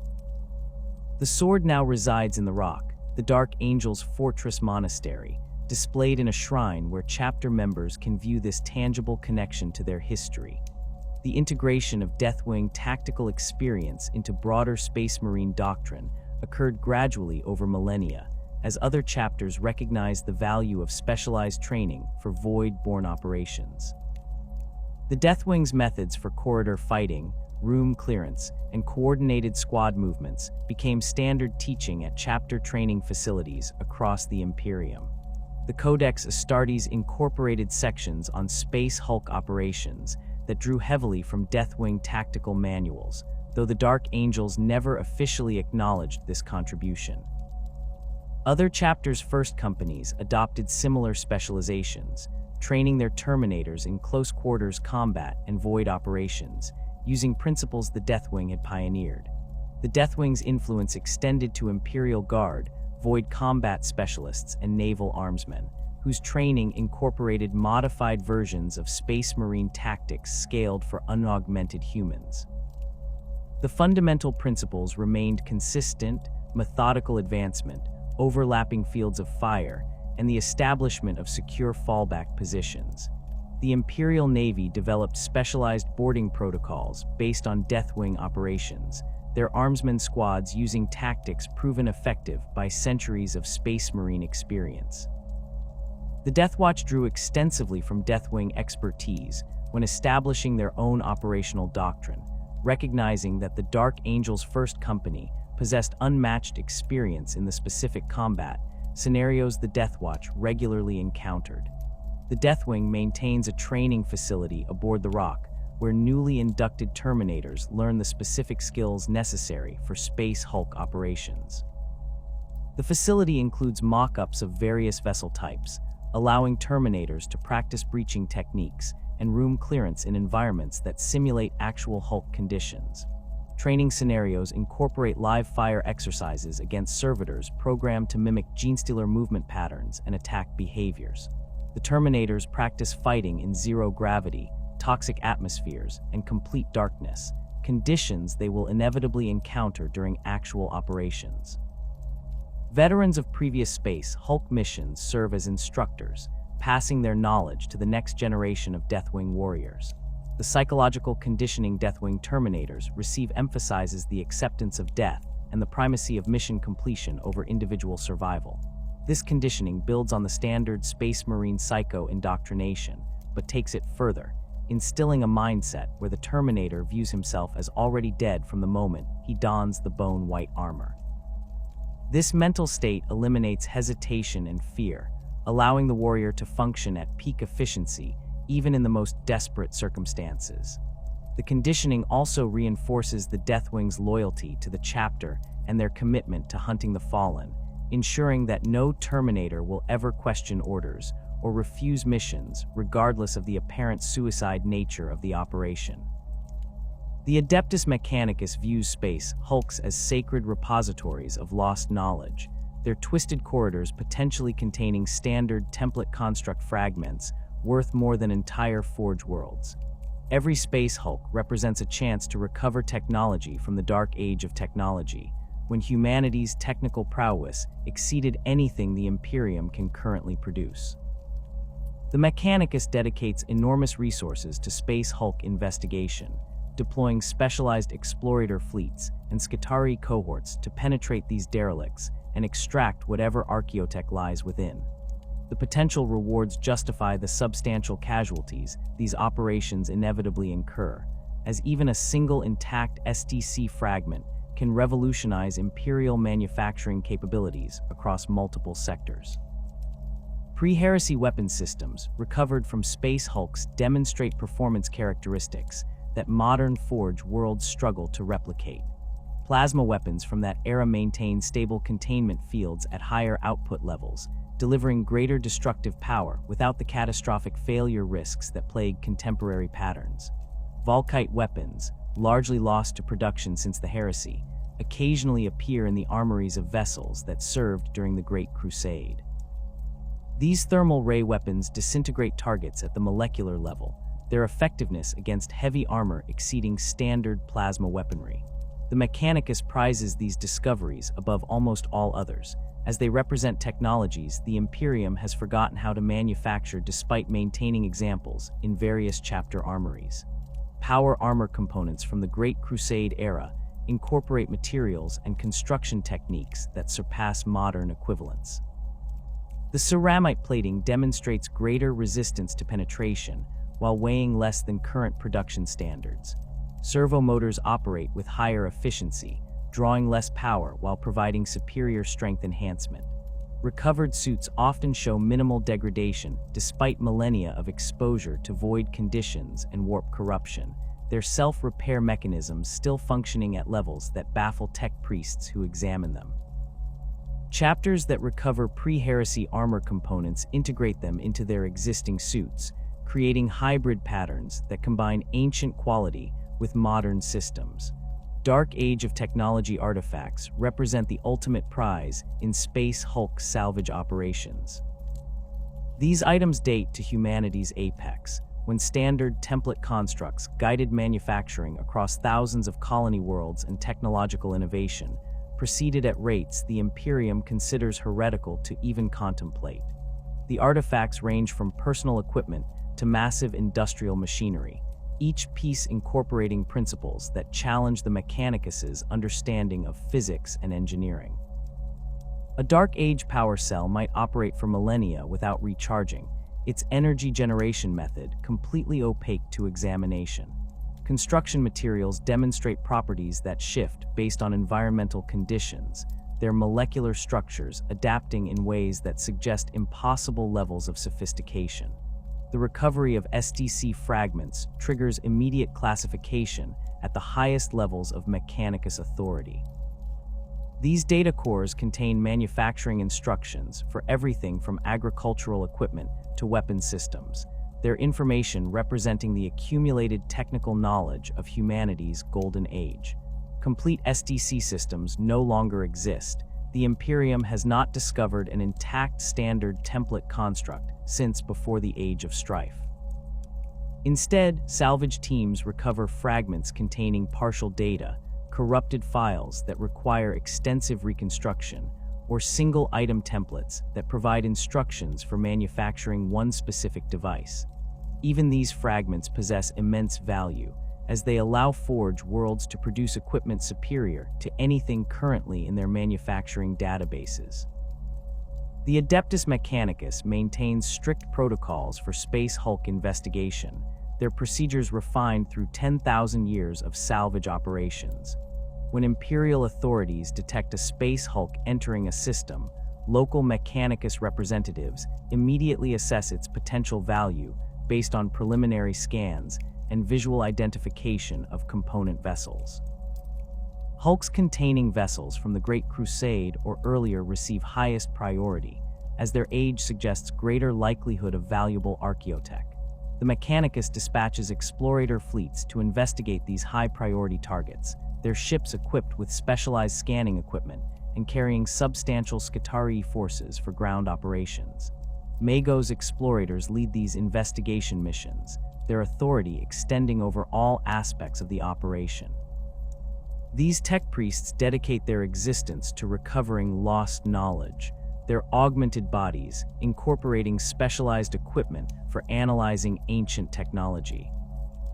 Many explorators replace significant portions of their organic components with mechanical systems optimized for archaeotech investigation, enhanced optical sensors capable of detecting minute construction details, manipulator arms equipped with tools for careful artifact extraction, and data processing centers that can analyze recovered information at speeds biological brains cannot match.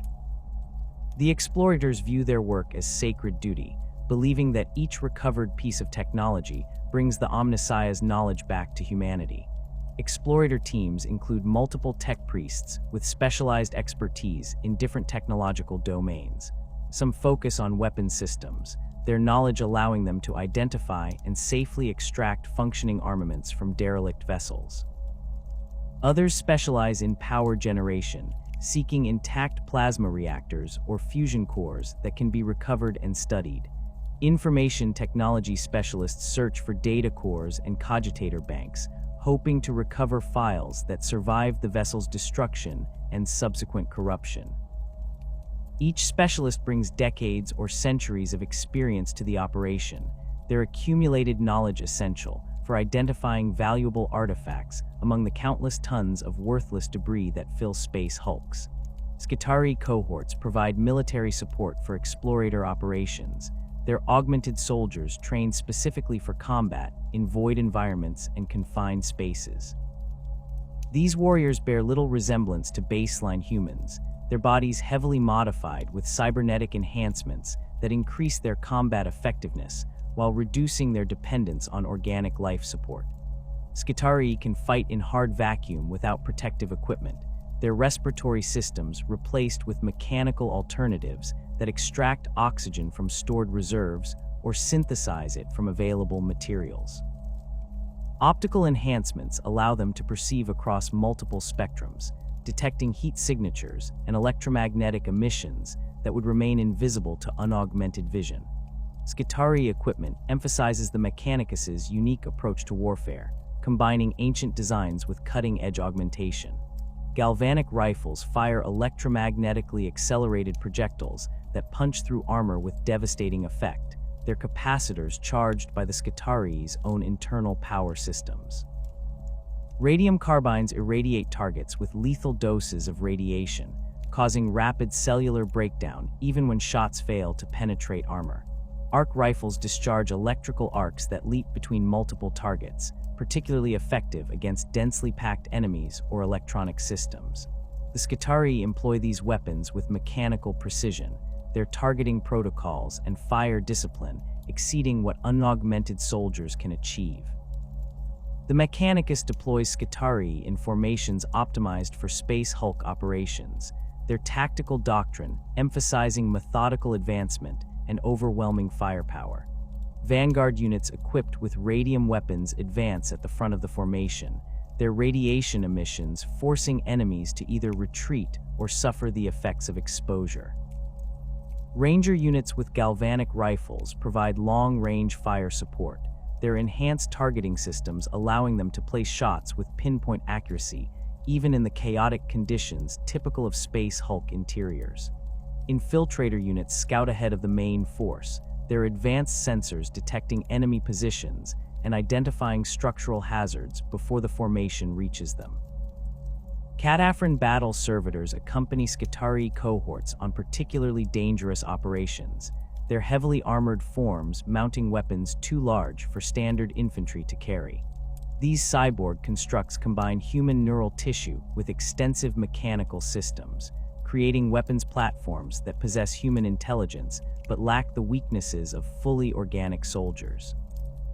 Cadafran destroyers mount heavy grav cannons or plasma culverins, their firepower capable of suppressing enemy positions or breaching reinforced barriers.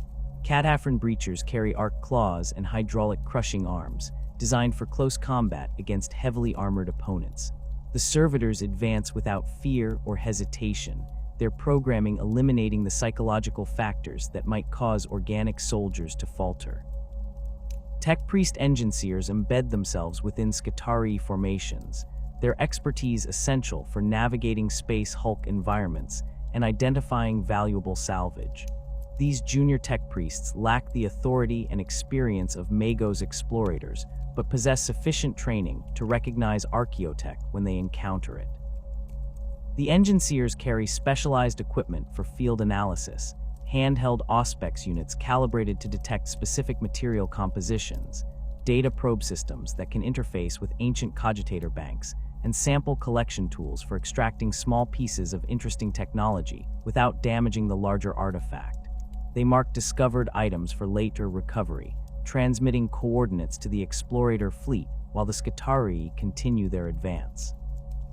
The Mechanicus establishes secure zones within space hulks once Skitarii forces clear sufficient territory, these fortified areas serving as staging points for detailed salvage operations. Tech priests move into these zones with heavy equipment, industrial servitors for moving large artifacts, portable power generators to operate analysis equipment, and containment vessels for items that emit dangerous radiation or other hazards. The salvage teams work methodically through the secured sections, cataloging every piece of potentially valuable technology and determining which items warrant immediate extraction versus those that can wait for later recovery.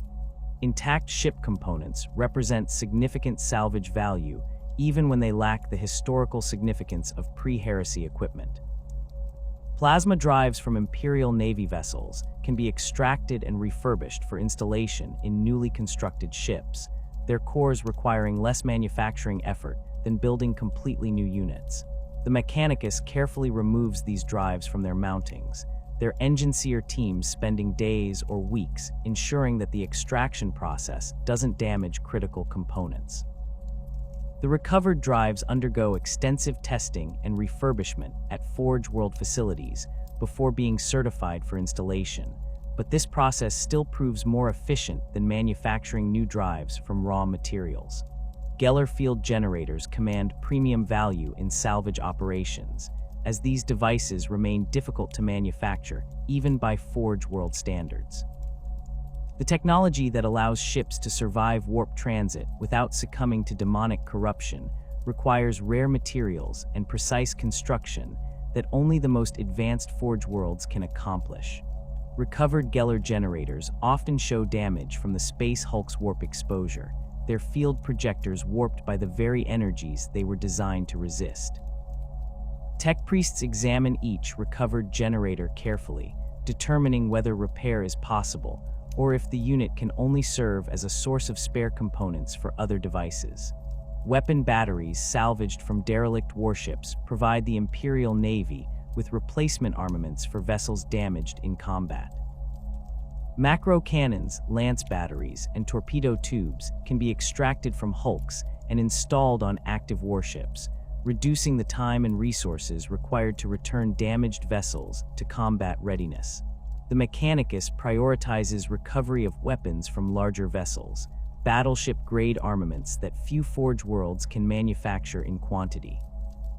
A single recovered lance battery might take years to produce from raw materials, but only months to extract, refurbish, and install in a vessel requiring replacement weapons. The economic impact of successful Space Hulk salvage extends throughout entire sectors, as recovered technology and components flow through the Imperium's industrial infrastructure. Forge Worlds that receive salvaged archaeotech can reverse engineer improved versions of their current products, increasing manufacturing efficiency and output quality. The improvements cascade through supply chains. Better armor production means Space Marine chapters receive superior equipment. Improved weapons manufacture allows Imperial Guard regiments to field more effective armaments. Enhanced ship components increase the Imperial Navy's combat capabilities. A single Space Hulk salvage operation might yield technology that improves Forge World production by 5 or 10%, a seemingly small increase that translates to thousands of additional weapons, vehicles, and equipment pieces produced annually. Sector economies experience measurable growth following major salvage operations, as the influx of recovered technology stimulates manufacturing and trade. Forge Worlds increase production to meet demand from military forces seeking to acquire the improved equipment. Merchant fleets expand to transport the additional goods, creating employment and generating tax revenue for planetary governments. Naval shipyards receive contracts to refit vessels with salvaged components, their workers spending years installing recovered systems and training crews in their operation. The economic activity generated by a single large Space Hulk salvage can sustain sector growth for decades, the initial recovery operation creating ripple effects that touch billions of lives. The Mechanicus guards its salvage operations jealously, viewing recovered technology as rightfully belonging to the cult Mechanicus rather than the broader Imperium. This attitude creates tension with other Imperial institutions who believe valuable artifacts should be distributed based on military necessity rather than Mechanicus preference. Space Marine chapters that participate in Space Hulk purges expect to retain any chapter-specific equipment they recover, gene seed, weapons bearing their heraldry, or armor components from their own vessels. The Mechanicus sometimes disputes these claims, arguing that all archaeotech falls under their jurisdiction regardless of its origin. These disputes occasionally escalate to the point where chapters threaten to withdraw cooperation from future operations unless the Mechanicus respects their salvage rights. The Inquisition maintains oversight of Space Hulk salvage operations, their representatives ensuring that recovered artifacts don't pose corruption risks or contain forbidden technology. Inquisitors embedded with explorator fleets examine significant discoveries, their authority allowing them to classify items as too dangerous for general distribution. Chaos-corrupted artifacts receive immediate destruction orders, their taint rendering them worthless regardless of their technical sophistication. Xeno's technology triggers careful evaluation. Some items prove useful enough to warrant study despite their alien origin, while others demonstrate capabilities that suggest dangerous principles the Imperium should not pursue. The Inquisition's involvement frustrates the Mechanicus, who view the restrictions as obstacles to knowledge recovery, but the tech priests grudgingly accept that some discoveries genuinely pose risks that outweigh their potential value. Competing salvage claims between different Forge worlds create additional complications in Space Hulk operations. Multiple Forge worlds might dispatch explorator fleets to investigate the same Hulk, their representatives arriving to discover rivals already conducting salvage operations. The Mechanicus maintains elaborate protocols for resolving these disputes, based on factors including which fleet arrived first, which Forge world has greater need for the recovered technology, and which explorator team can demonstrate superior capability to extract and utilize the artifacts. These negotiations sometimes consume more time than the actual salvage work, with tech priests arguing over obscure precedents and technical interpretations, while valuable artifacts remain unrecovered aboard the Hulk. The most contentious disputes involve STC fragments, whose immense value makes every Forge world desperate to claim them. The Mechanicus theoretically shares STC data across all Forge worlds, but the reality involves careful political maneuvering and negotiated exchanges. A Forge world that recovers an STC fragment gains enormous prestige and leverage within Mechanicus politics, as other Forge worlds must negotiate for access to the recovered information. The discovering Forge world can demand concessions, favorable trade agreements, political support in Mechanicus councils, or access to other Forge worlds' proprietary manufacturing techniques. These negotiations shape Mechanicus politics for centuries after major STC discoveries, the recovered knowledge serving as currency in the endless competition between Forge worlds. Space Hulk salvage operations face constant time pressure, as the Derelicts rarely remain in real space indefinitely. Drifter Hulks might vanish back into the warp with minimal warning, taking their contents with them, and stranding any salvage teams still aboard. The Mechanicus balances the desire to conduct thorough recovery operations against the risk of losing both the artifacts and the personnel attempting to recover them. Explorators establish strict time limits for salvage work, calculating the maximum duration they can safely operate before the Hulk shows signs of imminent warp translation. When those signs appear, increased psychic emanations, structural instability, or auspex readings indicating dimensional weakness, the explorators order immediate evacuation regardless of uncompleted salvage work. The loss of salvage teams aboard vanishing space hulks represents an acceptable cost in Mechanicus calculations, the potential knowledge recovery justifying the personnel casualties. Tech priests who volunteer for space Hulk operations understand the risks, their faith in the Omnissiah allowing them to accept death in service of knowledge recovery. Skitarii forces view their role as sacred duty, their augmented bodies and programmed loyalty, eliminating any hesitation about entering situations where survival seems unlikely. The Mechanicus maintains extensive records of personnel lost during salvage operations, their names recorded in the Forge World's archives as martyrs who died, advancing humanity's understanding of ancient technology. Space Hulks serve as the primary vector for genestealer infiltration of Imperial worlds, their unpredictable appearances in populated systems delivering alien corruption directly into humanity's heartland.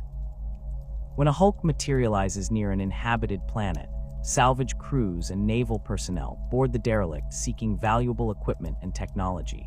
These teams rarely understand the danger they face until genestealers emerge from the darkness, their rending claws tearing through void suits, and their ovipositors implanting genetic material into the survivors.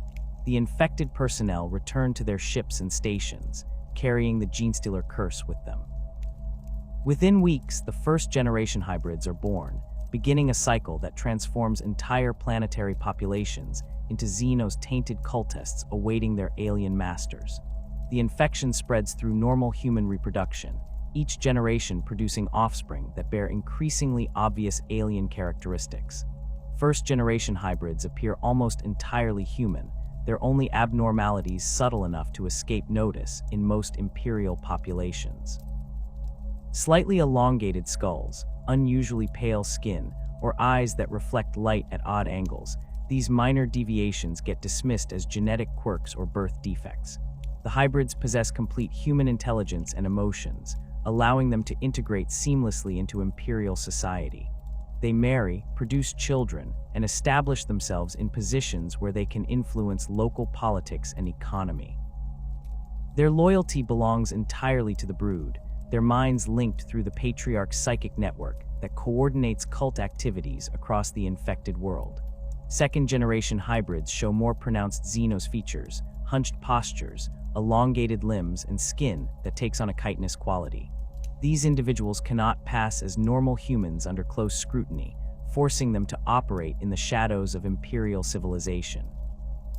They inhabit underhives and abandoned industrial sectors, places where Imperial authorities rarely venture, and where physical abnormalities attract less attention among populations already marked by mutation and genetic damage. The second-generation hybrids serve as the cult's labor force, their enhanced strength and resilience making them valuable for physical tasks that advance the brood's goals. Third-generation hybrids emerge as creatures clearly more alien than human, their bodies displaying multiple arms, reverse-jointed legs, and heads that elongate into distinctly Xenos shapes. These hybrids possess strength that rivals unaugmented space marines, their musculature dense and powerful despite their relatively small frames. They form the cult's military arm, training with weapons looted from planetary defense forces or smuggled through corrupted supply chains. The third-generation hybrids demonstrate tactical awareness that exceeds what their appearance might suggest, their human intelligence combined with alien instincts creating soldiers capable of sophisticated coordinated attacks. Fourth-generation hybrids appear as creatures that barely qualify as human, their bodies covered in chitinous plates and their limbs ending in claws rather than hands. These hybrids retain enough human characteristics to use weapons and equipment, making them more versatile than pure-strained Genestealers while maintaining the aliens' physical prowess. They lead cult military operations, their presence on the battlefield coordinating the various hybrid generations and directing their attacks with precision that reflects the Patriarch's strategic thinking. The fourth generation represents the final step before the cycle completes itself with the birth of pure-strained Genestealers identical to the original progenitor. The Patriarch directs this entire process through psychic bonds that link every member of the cult into a single consciousness. The creature develops from a Genestealer that successfully establishes a large brood, its body transforming as its psychic power grows. The Patriarch's carapace thickens and darkens, taking on deep purple or blue coloration that distinguishes it from lesser Genestealers. Additional arms sprout from its torso, and its skull expands to accommodate enhanced mental capabilities. The Patriarch's psychic presence dominates its offspring absolutely, their thoughts and actions guided by its will even when they operate thousands of kilometers away from its physical location. The psychic beacon phenomenon represents the most dangerous aspect of Genestealer cult development. When a cult reaches sufficient size and the Patriarch's power grows strong enough, the creature begins broadcasting a psychic signal into the void. This beacon operates on frequencies that resonate through the warp, calling across vast interstellar distances to entities that hunger for the biomass the cult has prepared. Tyranid hive fleets detect these beacons from light years away, their hive minds drawn to the promise of abundant prey concentrated on a single world. The beacon guides the hive fleet toward the infected system, providing a psychic lighthouse that allows the Tyranids to navigate through the warp with greater precision than their usual blind questing. The cultists themselves remain unaware of their true purpose until the Hive fleet arrives. They believe they worship the Patriarch as a divine being, their faith genuine even as it leads them toward extinction. The cult develops elaborate religious structures around the Patriarch, their rituals and ceremonies mimicking Imperial faith while inverting its meaning. They pray to the four-armed Emperor, a deity they believe will deliver them from the Imperium's oppression and elevate them to positions of power in a new order. The cultists view their physical mutations as blessings, signs that they have been chosen for greatness. They recruit new members from Imperial populations, spreading their faith among the disaffected and desperate who seek meaning in lives of grinding poverty and endless toil. The cult operates in cells that maintain minimal contact with each other, their structure designed to resist Imperial investigation. Each cell contains members from multiple hybrid generations, with first-generation hybrids providing leadership and public faces, while later generations handle military operations and physical labor. The cells communicate through the Patriarch's psychic network rather than conventional means, making their coordination invisible to Imperial authorities who might intercept Vox transmissions or written messages. This cellular structure allows cults to survive even when Imperial forces discover and purge individual cells. The surviving elements continue operating independently until they can re-establish contact through the Patriarch's mental bonds. Cults infiltrate planetary governments and military forces over generations, their first-generation hybrids rising to positions of authority through competence and careful manipulation.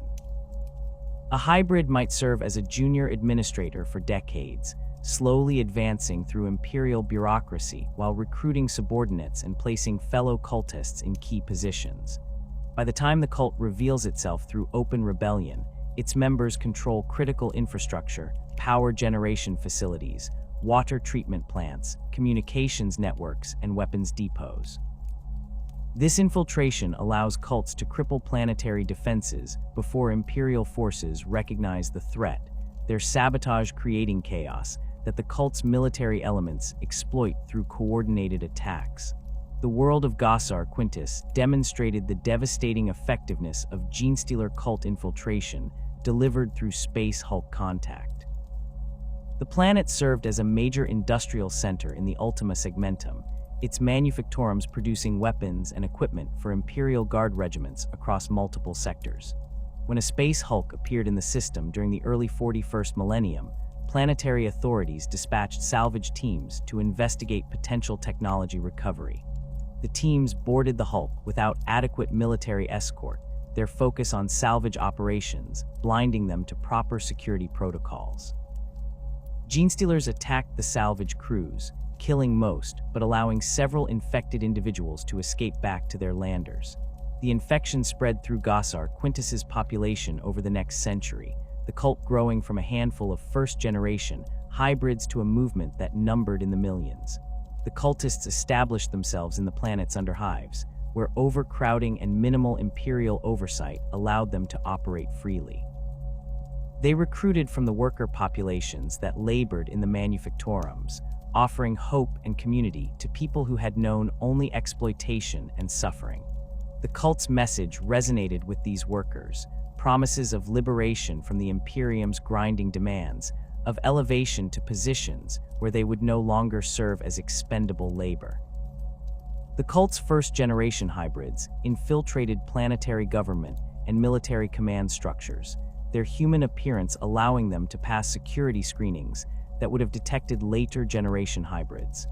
One hybrid rose to become deputy administrator of the Planetary Defense Force Logistics Division, a position that gave him access to weapons stockpiles and deployment schedules. Another served as a senior clerk in the governor's palace, her duties including maintenance of security protocols and visitor screening procedures.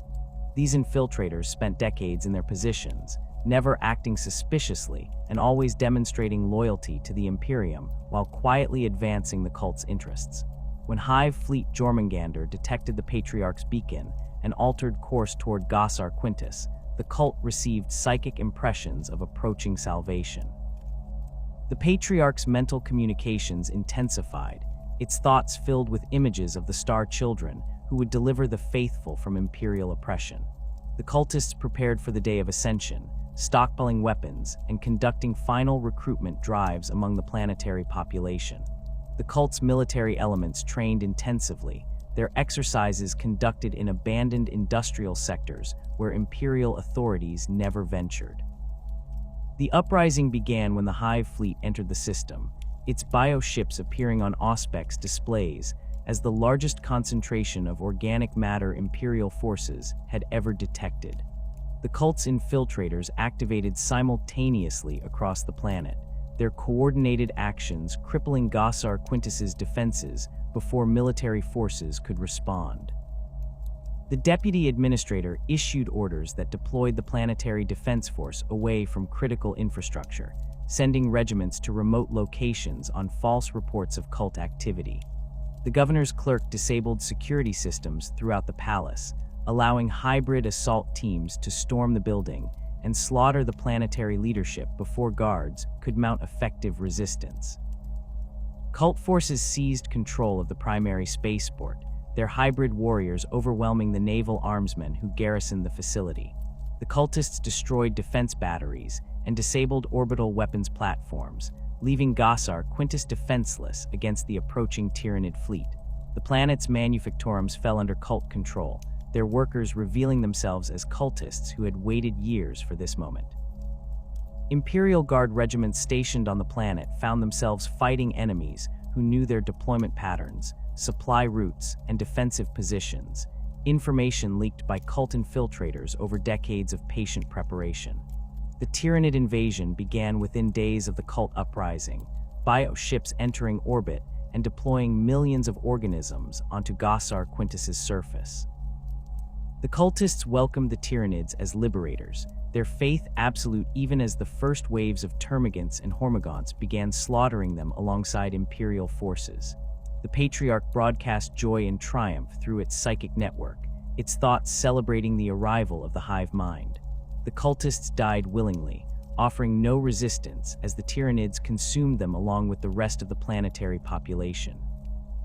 Within months, Gossar Quintus had been stripped of all biomass, its cities reduced to empty husks, and its population converted into genetic material for the Hive fleet.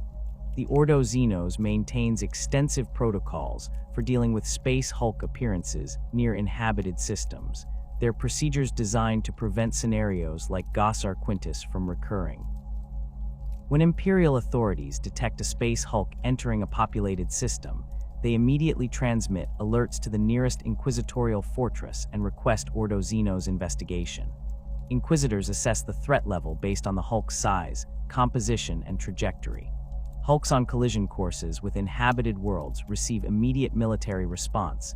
Imperial Navy vessels move to intercept and either destroy the Hulk or alter its trajectory away from the planet. Hulks that enter stable orbits or drift through systems without immediate collision risk trigger quarantine protocols. The Ordo Xenos establishes exclusion zones around these Hulks, forbidding any approach without explicit inquisitorial authorization. Naval patrols enforce the quarantine, their orders including destruction of any vessel that attempts to board the Hulk without proper clearance. These measures prevent the opportunistic salvage operations that allowed genestealer infiltration of worlds like Gossar Quintus, though they also frustrate Mechanicus interests who view the quarantines as obstacles to valuable technology recovery. Inquisitors coordinate with Space Marine chapters to conduct initial reconnaissance of quarantined Hulks, their operations focused on determining whether Genestealer or other Xenos infestations pose immediate threats. Deathwatch kill teams perform these reconnaissance missions, their mixed chapter composition providing diverse expertise for handling whatever threats they encounter. The kill teams board Hulks with strict time limits and extraction protocols, their missions designed to gather intelligence rather than conduct full purges. They map accessible sections, identify signs of indigenous populations, and recover samples of any biological material they discover. The intelligence gathered during reconnaissance operations determines whether the Ordo Xenos authorizes full boarding actions or orders the Hulk's destruction. Hulks showing signs of massive Genestealer infestation typically receive destruction orders, the risk of cult seeding outweighing any potential salvage value. The Imperial Navy bombards these hulks with lance strikes and torpedo spreads, their sustained fire breaking the derelicts apart and scattering the debris across the system. Some fragments survive this bombardment, their structural integrity sufficient to withstand naval weapons fire. These fragments receive individual attention from Navy destroyers, their crews methodically eliminating each piece until nothing remains large enough to harbor surviving Genestealers. Hulks that contain valuable archaeotech, but also show Genestealer presence, create difficult decisions for Inquisitors, who must balance the potential technology recovery against contamination risks. These situations often result in limited boarding operations, where Space Marine forces conduct targeted strikes to reach specific salvage objectives, while avoiding full engagement with the infestation. Terminator squads penetrate to predetermined coordinates, recover designated artifacts, and extract immediately without attempting to purge the entire hulk. The Mechanicus protests these limited operations, arguing that thorough salvage could recover additional valuable technology, but the Ordo Xenos maintains that preventing cult seeding takes precedence over maximizing salvage returns. The detection of psychic beacons emanating from space hulks triggers the highest level threat responses, as these signals indicate Patriarch presence and potential Tyranid attraction. Inquisitors who detect beacon transmissions immediately alert Battle Fleet Command and request maximum military response. The Imperial Navy deploys capital ships to destroy beacon-emitting hulks, their orders including complete annihilation regardless of salvage value or Mechanicus protests. These operations sometimes occur too late. The beacon might have transmitted for months or years before detection, its signal already reaching across the void to hive fleets that have altered course toward the source. Systems where beacon-emitting hulks appeared receive intensive inquisitorial investigation, focused on identifying any cult infiltration that occurred before the hulk's destruction. Interrogator teams examine salvage crews and naval personnel who had contact with the hulk, searching for signs of infection or hybrid characteristics. Anyone showing suspicious features receives immediate quarantine and examination by biologist specialists who can detect Genestealer genetic markers. Confirmed infections result in execution, the infected individual's bodies cremated to prevent any possibility of cult establishment. These purges sometimes claim hundreds of lives, entire salvage crews eliminated when even a single member shows signs of infection. Planetary populations where infected individuals return before detection face systematic screening operations that can last for years. Inquisitorial agents work through population registries, examining birth records and medical files for patterns that suggest hybrid presence.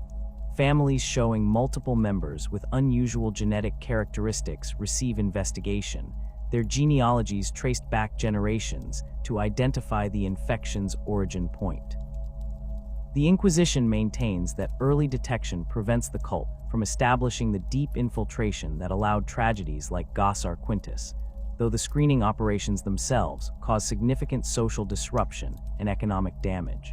The strategic threat posed by Space Hulk-delivered Genestealer cults extends beyond individual planetary infections. The Tyranid hive fleets use these beacons as navigation aids, their approach vectors guided by the psychic signals that cultists broadcast. A single Space Hulk appearance might seed cults on multiple worlds if salvage crews from different planets board the Derelict, each infected team carrying the curse back to their home systems. These multiple infection points create a constellation of beacons that guide hive fleets toward entire sectors, the combined psychic signals drawing the Tyranids into regions where they can consume numerous worlds in rapid succession. The Ordo Xenos tracks Space Hulk movements across the galaxy, their records documenting appearances and attempting to predict future manifestations. Certain hulks follow patterns that suggest intelligence or purpose rather than random warp drift. They appear repeatedly in populated systems, their timing coinciding with periods when Imperial defenses are weakened by war or internal conflict. Inquisitors debate whether these patterns indicate chaos influence directing the hulks toward vulnerable targets, or whether the Tyranid hive mind has learned to manipulate space hulk trajectories through methods Imperial authorities cannot comprehend. Either possibility represents a strategic threat that could undermine Imperial defense planning across entire segmentums. Space hulks drifting through the warp accumulate more than physical damage and Xenos infestations. The Imperium's touch corrupts everything it contacts, and vessels exposed to its energies without Geller field protection become breeding grounds for demonic manifestation and chaos worship. Traitor Legion warbands recognize this corruption as opportunity rather than threat, viewing space hulks as ready-made fortresses that require no construction or conquest. These ancient derelicts provide mobile bases that appear unpredictably throughout Imperial space, allowing chaos forces to strike at targets far from the Eye of Terror or other warp rifts where they typically operate.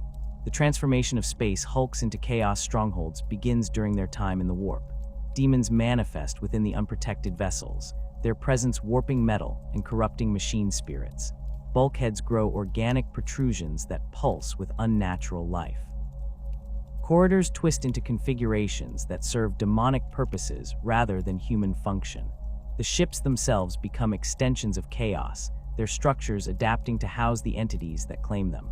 When these hulks transition back to real space, they carry their corruption with them, appearing as monuments to the Dark God's power rather than simple derelict vessels.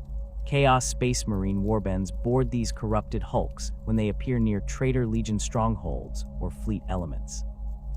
The Word-bearers particularly favor space hulk acquisition, their dark apostles recognizing the vessel's potential as mobile temples. A warband might claim an entire section of a hulk, establishing shrines and summoning circles throughout the corrupted corridors. The Word-bearers conduct rituals that further bind demons to the hulk's structure, creating permanent manifestations that guard their territory against intruders. These demon-infested sections become sanctuaries where the traitor Marines worship their chosen deities, their prayers and sacrifices strengthening the warp's hold on the vessel. The Death Guard employ space hulks as plague ships, their presence accelerating the decay that warp exposure initiates.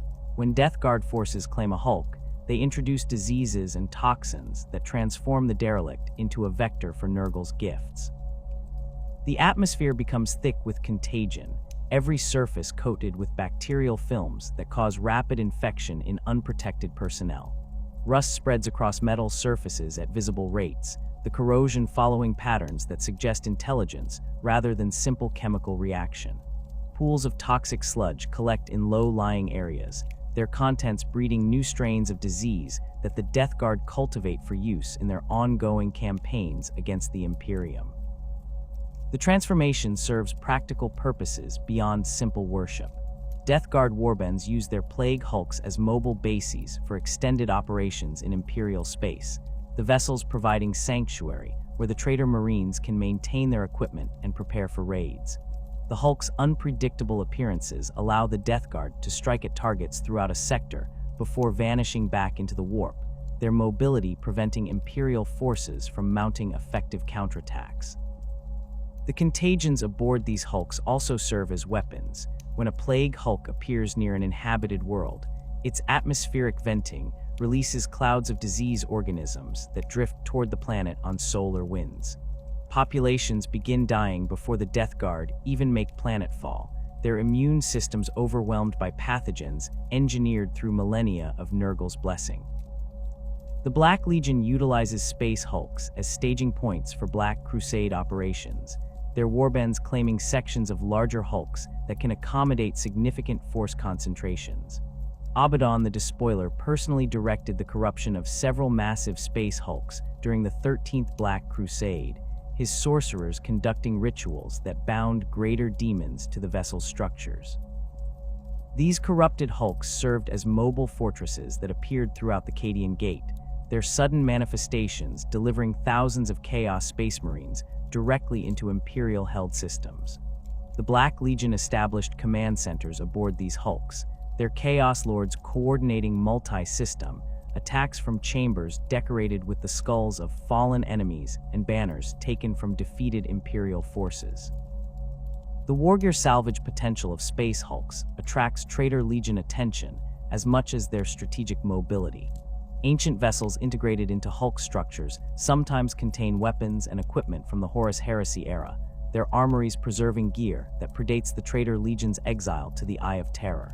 These pre-heresy weapons maintain superior quality compared to equipment manufactured in the Eye's Forge Fanes, where constant warp exposure degrades manufacturing precision. A Chaos Space Marine warband that claims a hulk containing a Heresy-era battle barge might recover enough functioning bolters, power armor components, and heavy weapons to re-equip an entire company. The recovered equipment also carries historical significance. Weapons that served during the Siege of Terra or the Scouring possess value beyond their practical function, serving as relics that connect modern Trader Marines to their Legion's glory days. The Iron Warriors approach space hulk conquest with characteristic methodical efficiency, their warpsmiths analyzing hulk structures to identify the most defensible sections and optimal locations for establishing fortified positions. The Iron Warriors don't simply occupy space hulks, they rebuild them according to siege warfare principles, their modifications transforming random accumulations of vessels into coherent defensive networks. Warpsmiths direct enslaved cultists and demon engines in construction projects that create overlapping fields of fire, reinforced strongpoints, and kill zones designed to bleed attackers white before they reach critical areas. The Iron Warriors install additional weapons systems scavenged from derelict vessels, mounting them in positions where they can engage approaching boarding craft or Imperial Navy vessels that attempt to bombard the hulk. These fortified hulks serve the Iron Warriors as mobile siege platforms, appearing in orbit above Imperial fortress worlds and bombarding defensive installations with recovered weapons batteries. The hulk's massive size allows them to absorb tremendous damage while maintaining combat effectiveness, their redundant systems and thick armor plating providing resilience that purpose-built warships cannot match. Imperial Navy vessels engaging Iron Warriors-held space hulks find themselves in grinding attritional battles where the hulk's superior mass and firepower eventually overwhelm conventional warships. The Iron Warriors accept the hulk's poor maneuverability as acceptable trade-off for their defensive capabilities, using smaller escort vessels to screen the hulks while they advance toward bombardment positions. The Alpha Legion's use of space hulks demonstrates their preference for misdirection and infiltration over direct confrontation. Alpha Legion operatives board hulks not to claim them permanently, but to establish hidden bases within their structures, their presence remaining undetected while other factions war over the derelicts. These covert bases serve as staging points for Alpha Legion operations throughout entire sectors, their locations unknown to Imperial authorities who might track more obvious Chaos strongholds. The Alpha Legion modifies sections of the hulks to appear abandoned or infested with Xenos, discouraging investigation, while their actual operational centers remain concealed behind false bulkheads and collapsed corridors that can be quickly cleared when needed. The Night Lords favor space hulks for their terror potential, viewing the corrupted derelicts as perfect environments for their preferred style of warfare. Night Lords warbands establish lairs in the darkest sections of corrupted hulks, their territories marked by flayed corpses and the screams of captives undergoing torture. The Night Lords use these bases to launch raids against nearby systems, their attacks focused on creating maximum psychological impact rather than strategic objectives. They abduct civilians from raided worlds, bringing them back to the Hulk for extended torture sessions that the Night Lords broadcast on hijacked Vox frequencies. The screams and pleas serve as warnings to other worlds in the sector. The Night Lords' message clear: resistance brings only suffering and death. The Emperor's children seek space hulks that contain specific types of vessels, their search focused on finding ships that once served in the Third Legion before their fall to Slaanesh. These hulks hold particular value to the Emperor's children, as they potentially contain equipment and relics from the Legion's past when they pursued perfection in all endeavors. The Trader Marines established shrines aboard these hulks, their worship of Slaanesh conducted in chambers where they once trained and prepared for battle during the Great Crusade. The Emperor's children modify recovered vessels to serve their current appetites, installing torture chambers and pleasure dens where they conduct rituals that would horrify their former selves. The noise of their excess echoes through the Hulk's corridors, music played at volumes that shatter unprotected eardrums, screams that blend agony and ecstasy into sounds human vocal cords should not produce. Chaos sorcerers find space hulks particularly valuable for their ritual purposes. The vessels warp corruption, creating environments where demonic summoning requires less effort and fewer sacrifices. A sorcerer operating from a corrupted space hulk can conduct rituals that would require days of preparation in real space, the thin barriers between dimensions allowing demons to manifest with minimal coercion. The Thousand Suns establish libraries aboard claimed hulks, their sorcerers collecting forbidden texts and artifacts recovered from the Derelicts' depths. These libraries serve as research centers where the Thousand Suns pursue their endless quest for knowledge, their studies focused on understanding the warp's nature and expanding their sorcerous capabilities. The threat of deliberately steered space hulks represents a strategic nightmare for Imperial defense planning. Chaos forces that claim hulks sometimes gain sufficient control over their movements to direct them toward specific targets, using sorcery and demon binding to override the random drift that normally governs hulk trajectories. A Chaos warband might spend years establishing control over a hulk systems, their tech marines and dark mechanicum, allies working to restore enough functionality to provide basic maneuvering capability. Once achieved, this control allows the Chaos forces to weaponize the Hulk itself, steering it toward Imperial worlds where its impact would cause catastrophic damage. The Space Hulk Damnation's hammer demonstrated this threat during the 41st Millennium, when Wordbearer's forces claimed the massive Derelict and spent decades establishing control over its trajectory.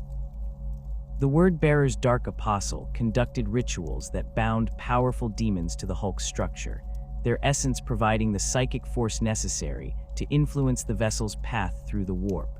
When the Hulk next translated to real space, it appeared in the Agrippina sector on direct course toward the Forge world of the same name. Imperial authorities detected the Hulk's approach with sufficient time to evacuate critical personnel and equipment, but the Forge world's industrial infrastructure could not be relocated. The Wordbearer's intention was clear. They planned to crash the Hulk into Agrippina, destroying one of the Imperium's most productive manufacturing centers. The Imperial Navy deployed a battle group to intercept Damnation's hammer, their orders including destruction of the Hulk before it could reach bombardment range of the Forge world. The engagement lasted for weeks, Imperial warships bombarding the Hulk with lance strikes and torpedo spreads, while Wordbearer's forces defended their prize with recovered weapons batteries and demonic manifestations. The Hulk's massive size allowed it to absorb tremendous punishment, its redundant structures maintaining integrity despite suffering damage that would have destroyed conventional warships. The Imperial Navy eventually concentrated fire on specific sections, targeting areas where their auspex detected power generation that might be driving the Hulk's movement. The sustained bombardment broke the Hulk apart, its fragments scattering across the system and eliminating the threat to Agrippina. The use of space hulks as corruption vectors extends beyond simple physical threat. Chaos forces deliberately steer corrupted hulks toward systems where their appearance will cause maximum psychological and spiritual damage to Imperial populations. A hulk appearing in orbit above a shrine world carries symbolic weight that undermines the faithful's confidence in the Emperor's protection. The ecclesiarchy must explain how such obvious corruption could penetrate so close to sacred ground, their theological arguments struggling against the visible evidence of chaos power. Some populations lose faith entirely when corrupted hulks appear, their belief systems unable to reconcile the presence of such manifest evil with their understanding of the Emperor's omnipotence. The Inquisition maintains specialized protocols for dealing with chaos-corrupted space hulks, their procedures recognizing that these vessels pose threats beyond simple military danger. Inquisitors who detect corrupted hulks immediately classify them as Hereticus-level threats requiring maximum response. The Ordo Malleus takes primary jurisdiction over these cases, their expertise in demonic matters, essential for understanding the corruption's extent and determining appropriate countermeasures. Grey Knights receive deployment orders for operations against heavily corrupted hulks, their psychic wards and sanctified weapons providing protection against the demonic entities that infest these vessels. The purging of chaos-corrupted space hulks requires different tactics than operations against Genestealer infestations or orc populations. Standard weapons prove less effective against demons, their physical forms resistant to conventional munitions. Grey Knights employ force weapons and psycannons that channel psychic energy into attacks capable of disrupting demonic essence, their strikes banishing entities back to the warp rather than simply destroying physical bodies. The Grey Knights advance through corrupted sections, conducting continuous rituals and prayers, their faith in the Emperor providing protection against the spiritual corruption that pervades these areas. Their presence weakens the demon's hold on real space, creating zones where the creatures cannot fully manifest and must rely on possessed cultists or corrupted servitors to engage the Grey Knights physically. The discovery of Traitor Legion presence aboard space hulks triggers immediate escalation of Imperial response, as Chaos Space Marine warbands represent far more dangerous threats than indigenous Xenos populations. A single Chaos Space Marine possesses combat capabilities equivalent to an entire squad of Imperial Guard infantry, their millennia of experience and warp-granted enhancements making them formidable opponents even for loyalist Space Marines. The Inquisition coordinates with multiple Space Marine chapters when intelligence indicates significant Traitor Legion presence aboard a hulk, their force composition designed to achieve overwhelming superiority rather than attempting operations with minimal assets.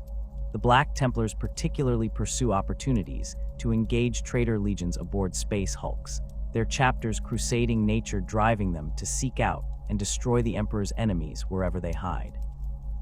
Black Templars strike forces board corrupted hulks with righteous fury, their assault squads using jump packs to rapidly close with Traitor Marine positions, while tactical squads provide supporting fire.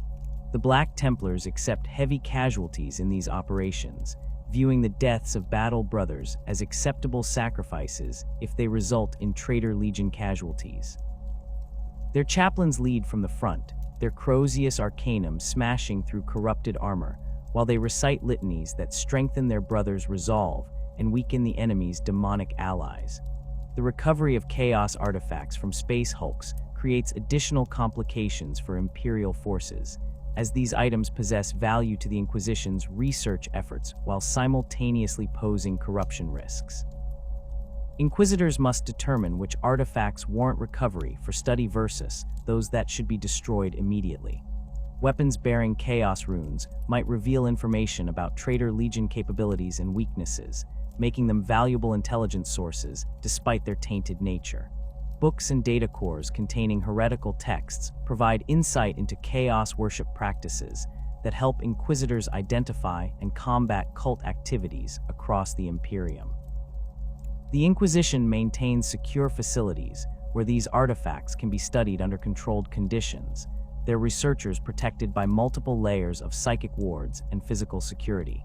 The strategic mobility that space hulks provide to chaos forces complicates Imperial defense planning throughout multiple sectors. A Traitor Legion warband operating from a space hulk can strike at targets across vast distances, their base appearing and disappearing without predictable pattern.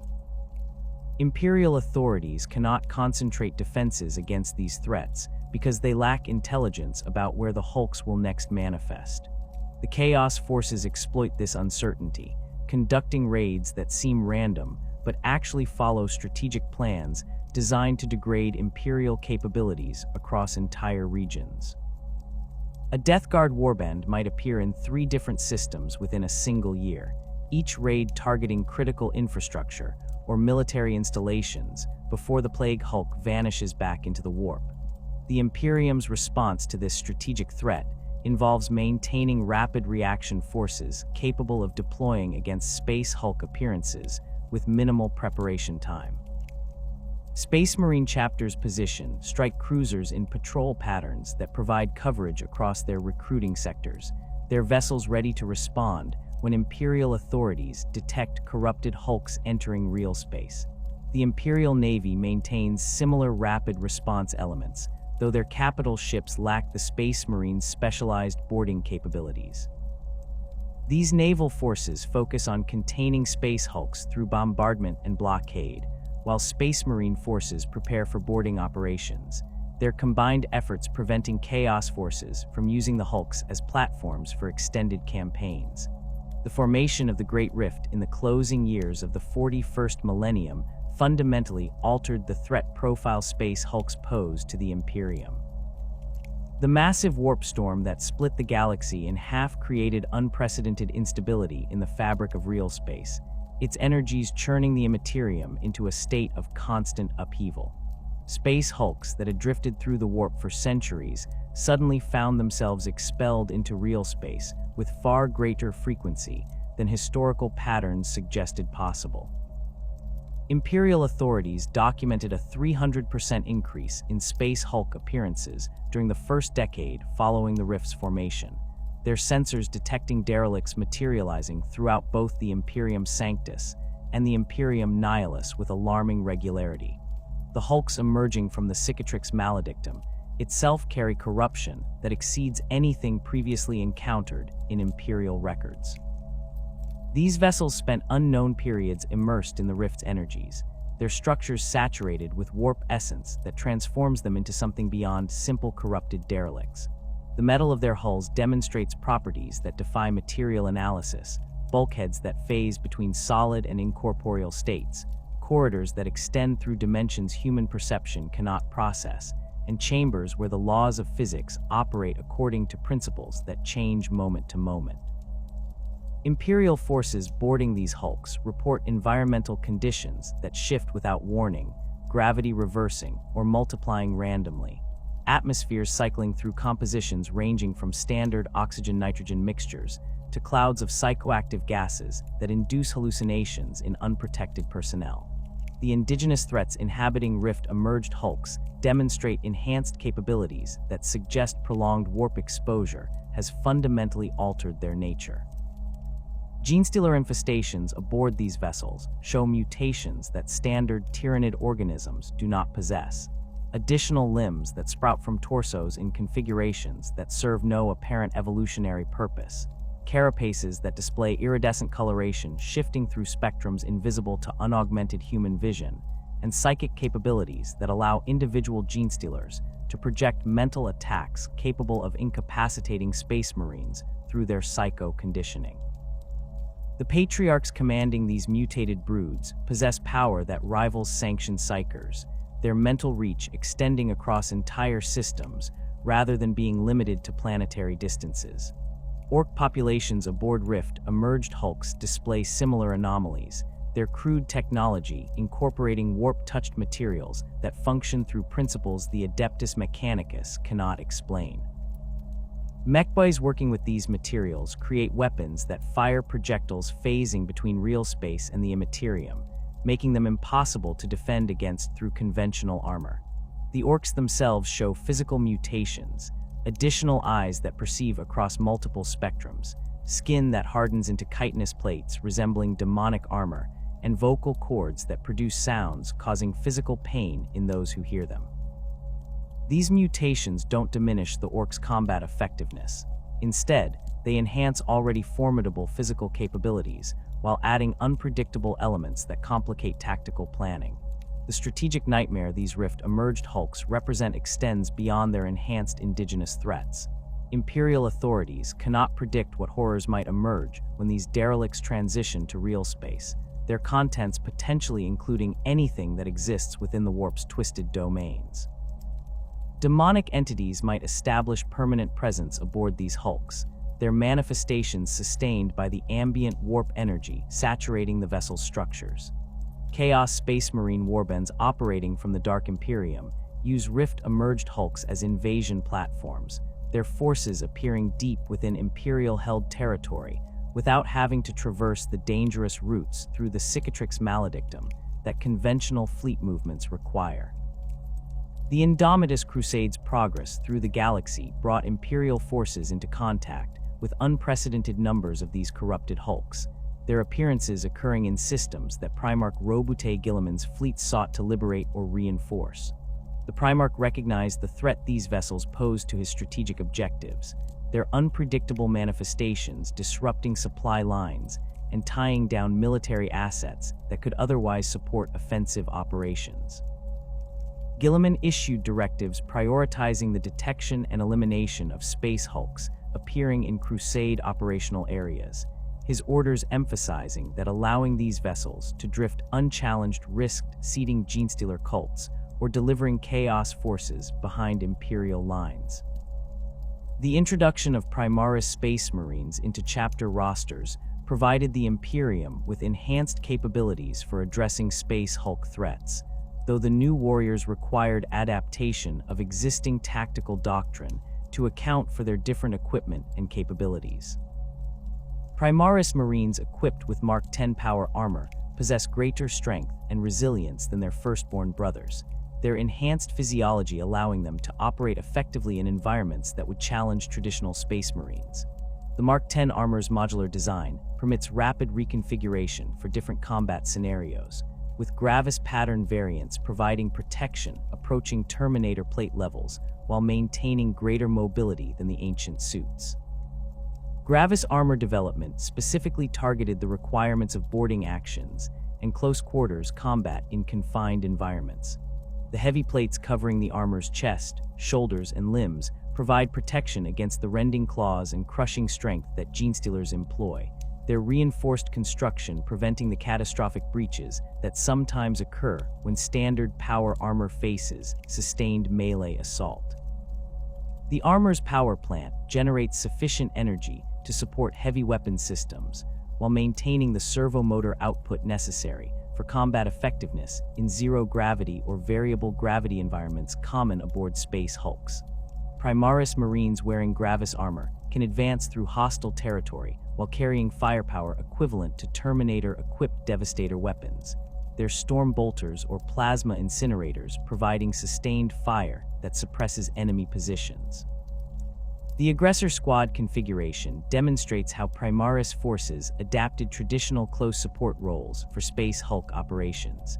These squads wear Gravis armor equipped with multiple weapon systems, Boltstorm gauntlets that fire from integrated storm bolters, while the Marines' hands remain free for other tasks, and Flamestorm gauntlets that project burning promethium in wide arcs perfect for clearing rooms and corridors. The aggressors advance at the front of Primaris formations, their combined firepower creating walls of explosive rounds and flame that enemy forces cannot penetrate without suffering catastrophic casualties. The psychological impact of aggressor squads proves as valuable as their physical firepower. Enemies facing these advancing warriors often break and flee rather than standing against the overwhelming destruction the Primaris Marines deliver.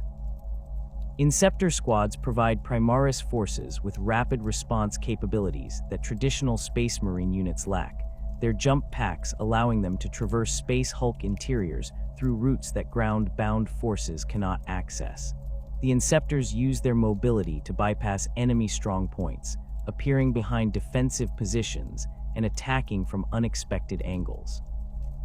Their assault bolters deliver sustained fire while the squad remains airborne, the Inceptors circling enemy positions and maintaining constant pressure that prevents opponents from establishing effective defensive formations.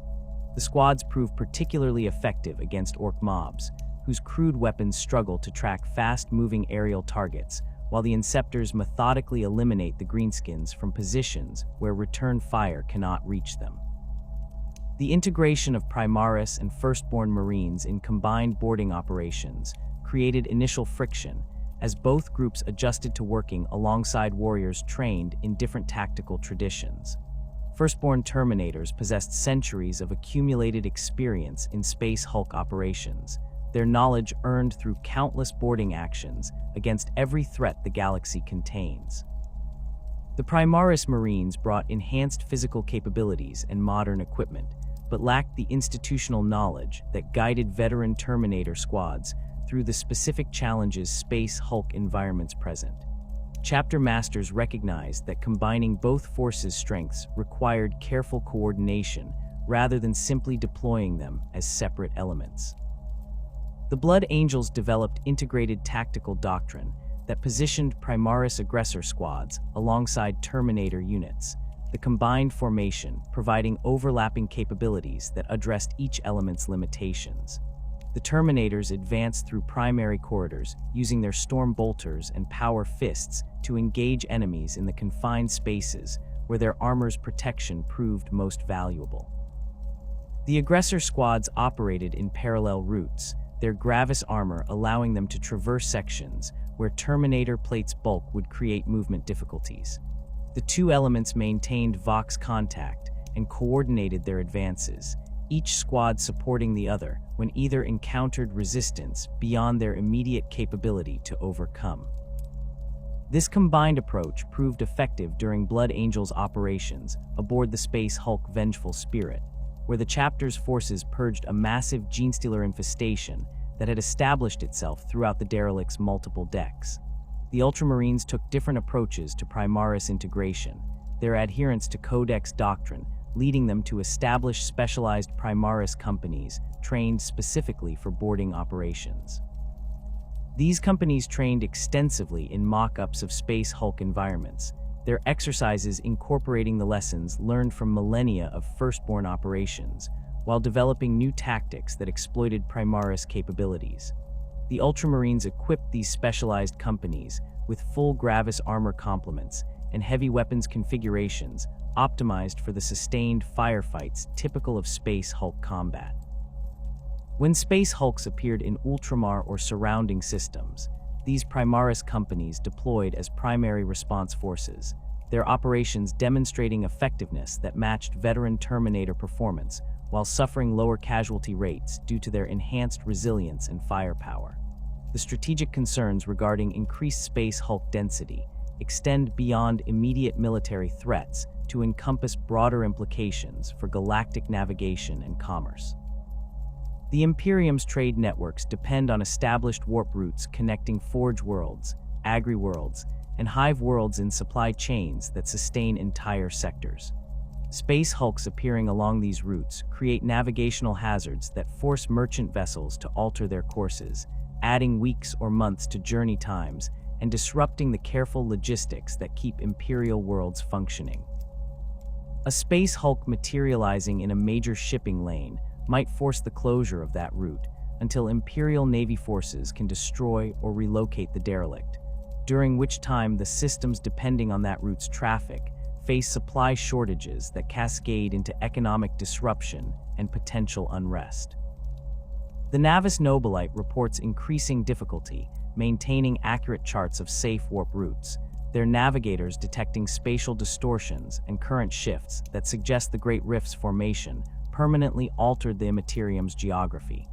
Space Hulks contribute to this instability, their transitions between warp and real space creating eddies and turbulence that affect nearby warp currents.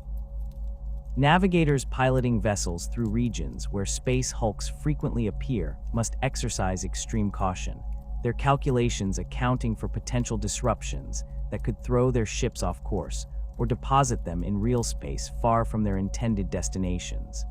The additional time and effort these precautions require further degrades the Imperium's ability to maintain efficient interstellar commerce and military deployment. The Adeptus Mechanicus calculates that current Space Hulk appearance rates, if sustained, will result in a 15% reduction in galactic trade efficiency within a century. This projection assumes no further increase in Hulk manifestations and accounts only for navigational disruption rather than the military resources diverted to addressing Hulk-related threats. The actual economic impact likely exceeds these estimates, as the calculations cannot account for cascading effects when critical supply chains experience disruption. A Forge world that receives raw materials shipments 3 months late might miss production quotas that affect Imperial Guard equipment availability across multiple sectors, creating shortages that impact military operations in ways that extend far beyond the initial trade disruption. The strategic response to increased Space Hulk density requires resources the Imperium struggles to allocate given the multitude of threats it faces following the Great Rift's formation. Demon incursions from the Cicatrix Maledictum demand immediate military response, their potential to corrupt entire worlds justifying the deployment of substantial space marine and Imperial Guard forces. Tyranid hive fleets continue their advance into Imperial space from multiple vectors, their bioships consuming world after world, while Imperial forces fight desperate defensive actions. Orc wars erupt across the galaxy with increased frequency, the Greenskins apparently energized by the galaxy-wide conflict and launching invasions that require significant military commitment to repel. Against these immediate existential threats, space hulks represent lower priority concerns despite their potential for long-term strategic damage.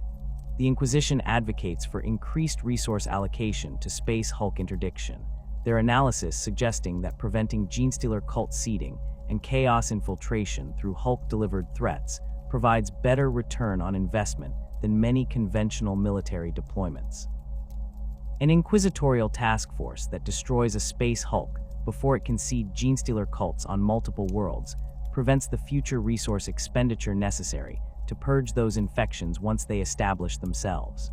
The Ordo Xenos particularly emphasizes this preventive approach, their experience with cult uprisings demonstrating that early intervention costs far less than delayed response after cults achieve deep infiltration into planetary populations and government structures. The political reality of Imperial resource allocation often prevents optimal strategic responses, as sector governors and planetary authorities prioritize immediate local threats over potential future problems that space hulks represent. A governor facing orc raids or chaos cult activity within his territory will demand military support for addressing those immediate threats rather than allocating forces to destroy space hulks drifting through his sector's outer systems. The Administratum's bureaucratic processes further complicate efficient response, as requests for military assets to address space hulk threats must navigate approval chains that can take months or years, while the derelicts continue drifting toward populated systems. The long-term implications of sustained high space hulk appearance rates include potential isolation of entire sectors if navigational disruption reaches critical levels. The Imperium Nihilus already faces severe isolation due to the Cicatrix Maledictum's interference with warp travel, its worlds cut off from Terra and forced to operate with minimal support from the broader Imperium. Additional space hulk density in regions already suffering navigation difficulties could render some systems completely inaccessible, their populations left to face whatever threats emerge without any possibility of Imperial reinforcement.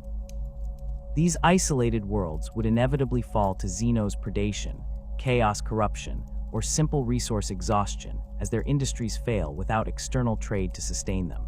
The Imperium's survival depends on maintaining the infrastructure that allows coordination across thousands of light years, and space hulks represent a threat to that fundamental requirement. Each derelict that appears in a critical shipping lane or near a major hub world creates disruption that cascades through connected systems. The cumulative effect of hundreds or thousands of such disruptions occurring simultaneously across the galaxy threatens to fragment the Imperium into isolated regions that cannot support each other or coordinate responses to major threats. The Tyranid hive fleets would find such fragmentation advantageous, as it would allow them to consume isolated systems without facing coordinated Imperial resistance. The technological solutions the Mechanicus pursues to address space hulk threats focus on improved detection and rapid response capabilities rather than preventing hulk formation itself. Enhanced Auspex systems capable of detecting space hulk transitions from the warp at greater distances would provide additional warning time, allowing Imperial forces to intercept derelicts before they drift into populated regions. The Mechanicus dedicates research efforts to developing these improved sensors, though progress remains slow due to the fundamental difficulties of detecting objects transitioning between dimensions. The most promising approaches involve psychic detection methods that sense the warp disturbances accompanying hulk manifestations, but these systems require trained psychers to operate and face the usual risks associated with any technology dependent on psychic capability. The development of specialized Hulk breaker vessels represents another technological approach. These ships designed specifically for rapidly destroying space hulks through concentrated firepower. The Imperial Navy commissioned several prototype designs during the Indomitus Crusade, their weapons configurations emphasizing sustained bombardment capability and armor penetration sufficient to break through the massive structural redundancy that allows space hulks to survive conventional naval weapons. The prototypes demonstrated effectiveness during trials, their Lance batteries and Nova cannons reducing test hulks to debris fields within hours rather than the days or weeks conventional bombardment requires. Production of these specialized vessels proceeds slowly, as Forge Worlds prioritize manufacturing standard warship patterns that address more immediate military requirements. The future of Imperial space Hulk response depends on factors beyond military capability or technological development. The Great Rift's eventual behavior, whether it remains stable, expands further, or somehow contracts, will determine whether space Hulk appearance rates continue at current elevated levels or return to historical norms. The Tyranid hive fleet's continued advance and their use of space Hulk-delivered Genestealer cults as navigation beacons creates feedback loops where increased Hulk density attracts more Tyranid attention, which in turn leads to more cult seeding and additional beacon transmissions. Breaking this cycle requires addressing both the space Hulk problem and the broader Tyranid threat simultaneously, a coordination challenge that strains Imperial strategic planning capabilities. The Imperium faces an uncertain future, where space hulks represent one threat among countless others, their danger perhaps less immediate than demon incursions or Tyranid invasions, but no less real in their potential to undermine Imperial cohesion and capability. The ancient derelicts drifting through the void carry with them the accumulated horrors of 10,000 years of warfare and corruption, each one a potential catastrophe waiting to unfold when it materializes near an unprepared world. The Imperium's response to this threat will help determine whether humanity can maintain the unity and infrastructure necessary for survival in a galaxy that grows more hostile with each passing year, or whether the fragments of mankind's ancient vessels will contribute to the fragmentation of mankind's current empire.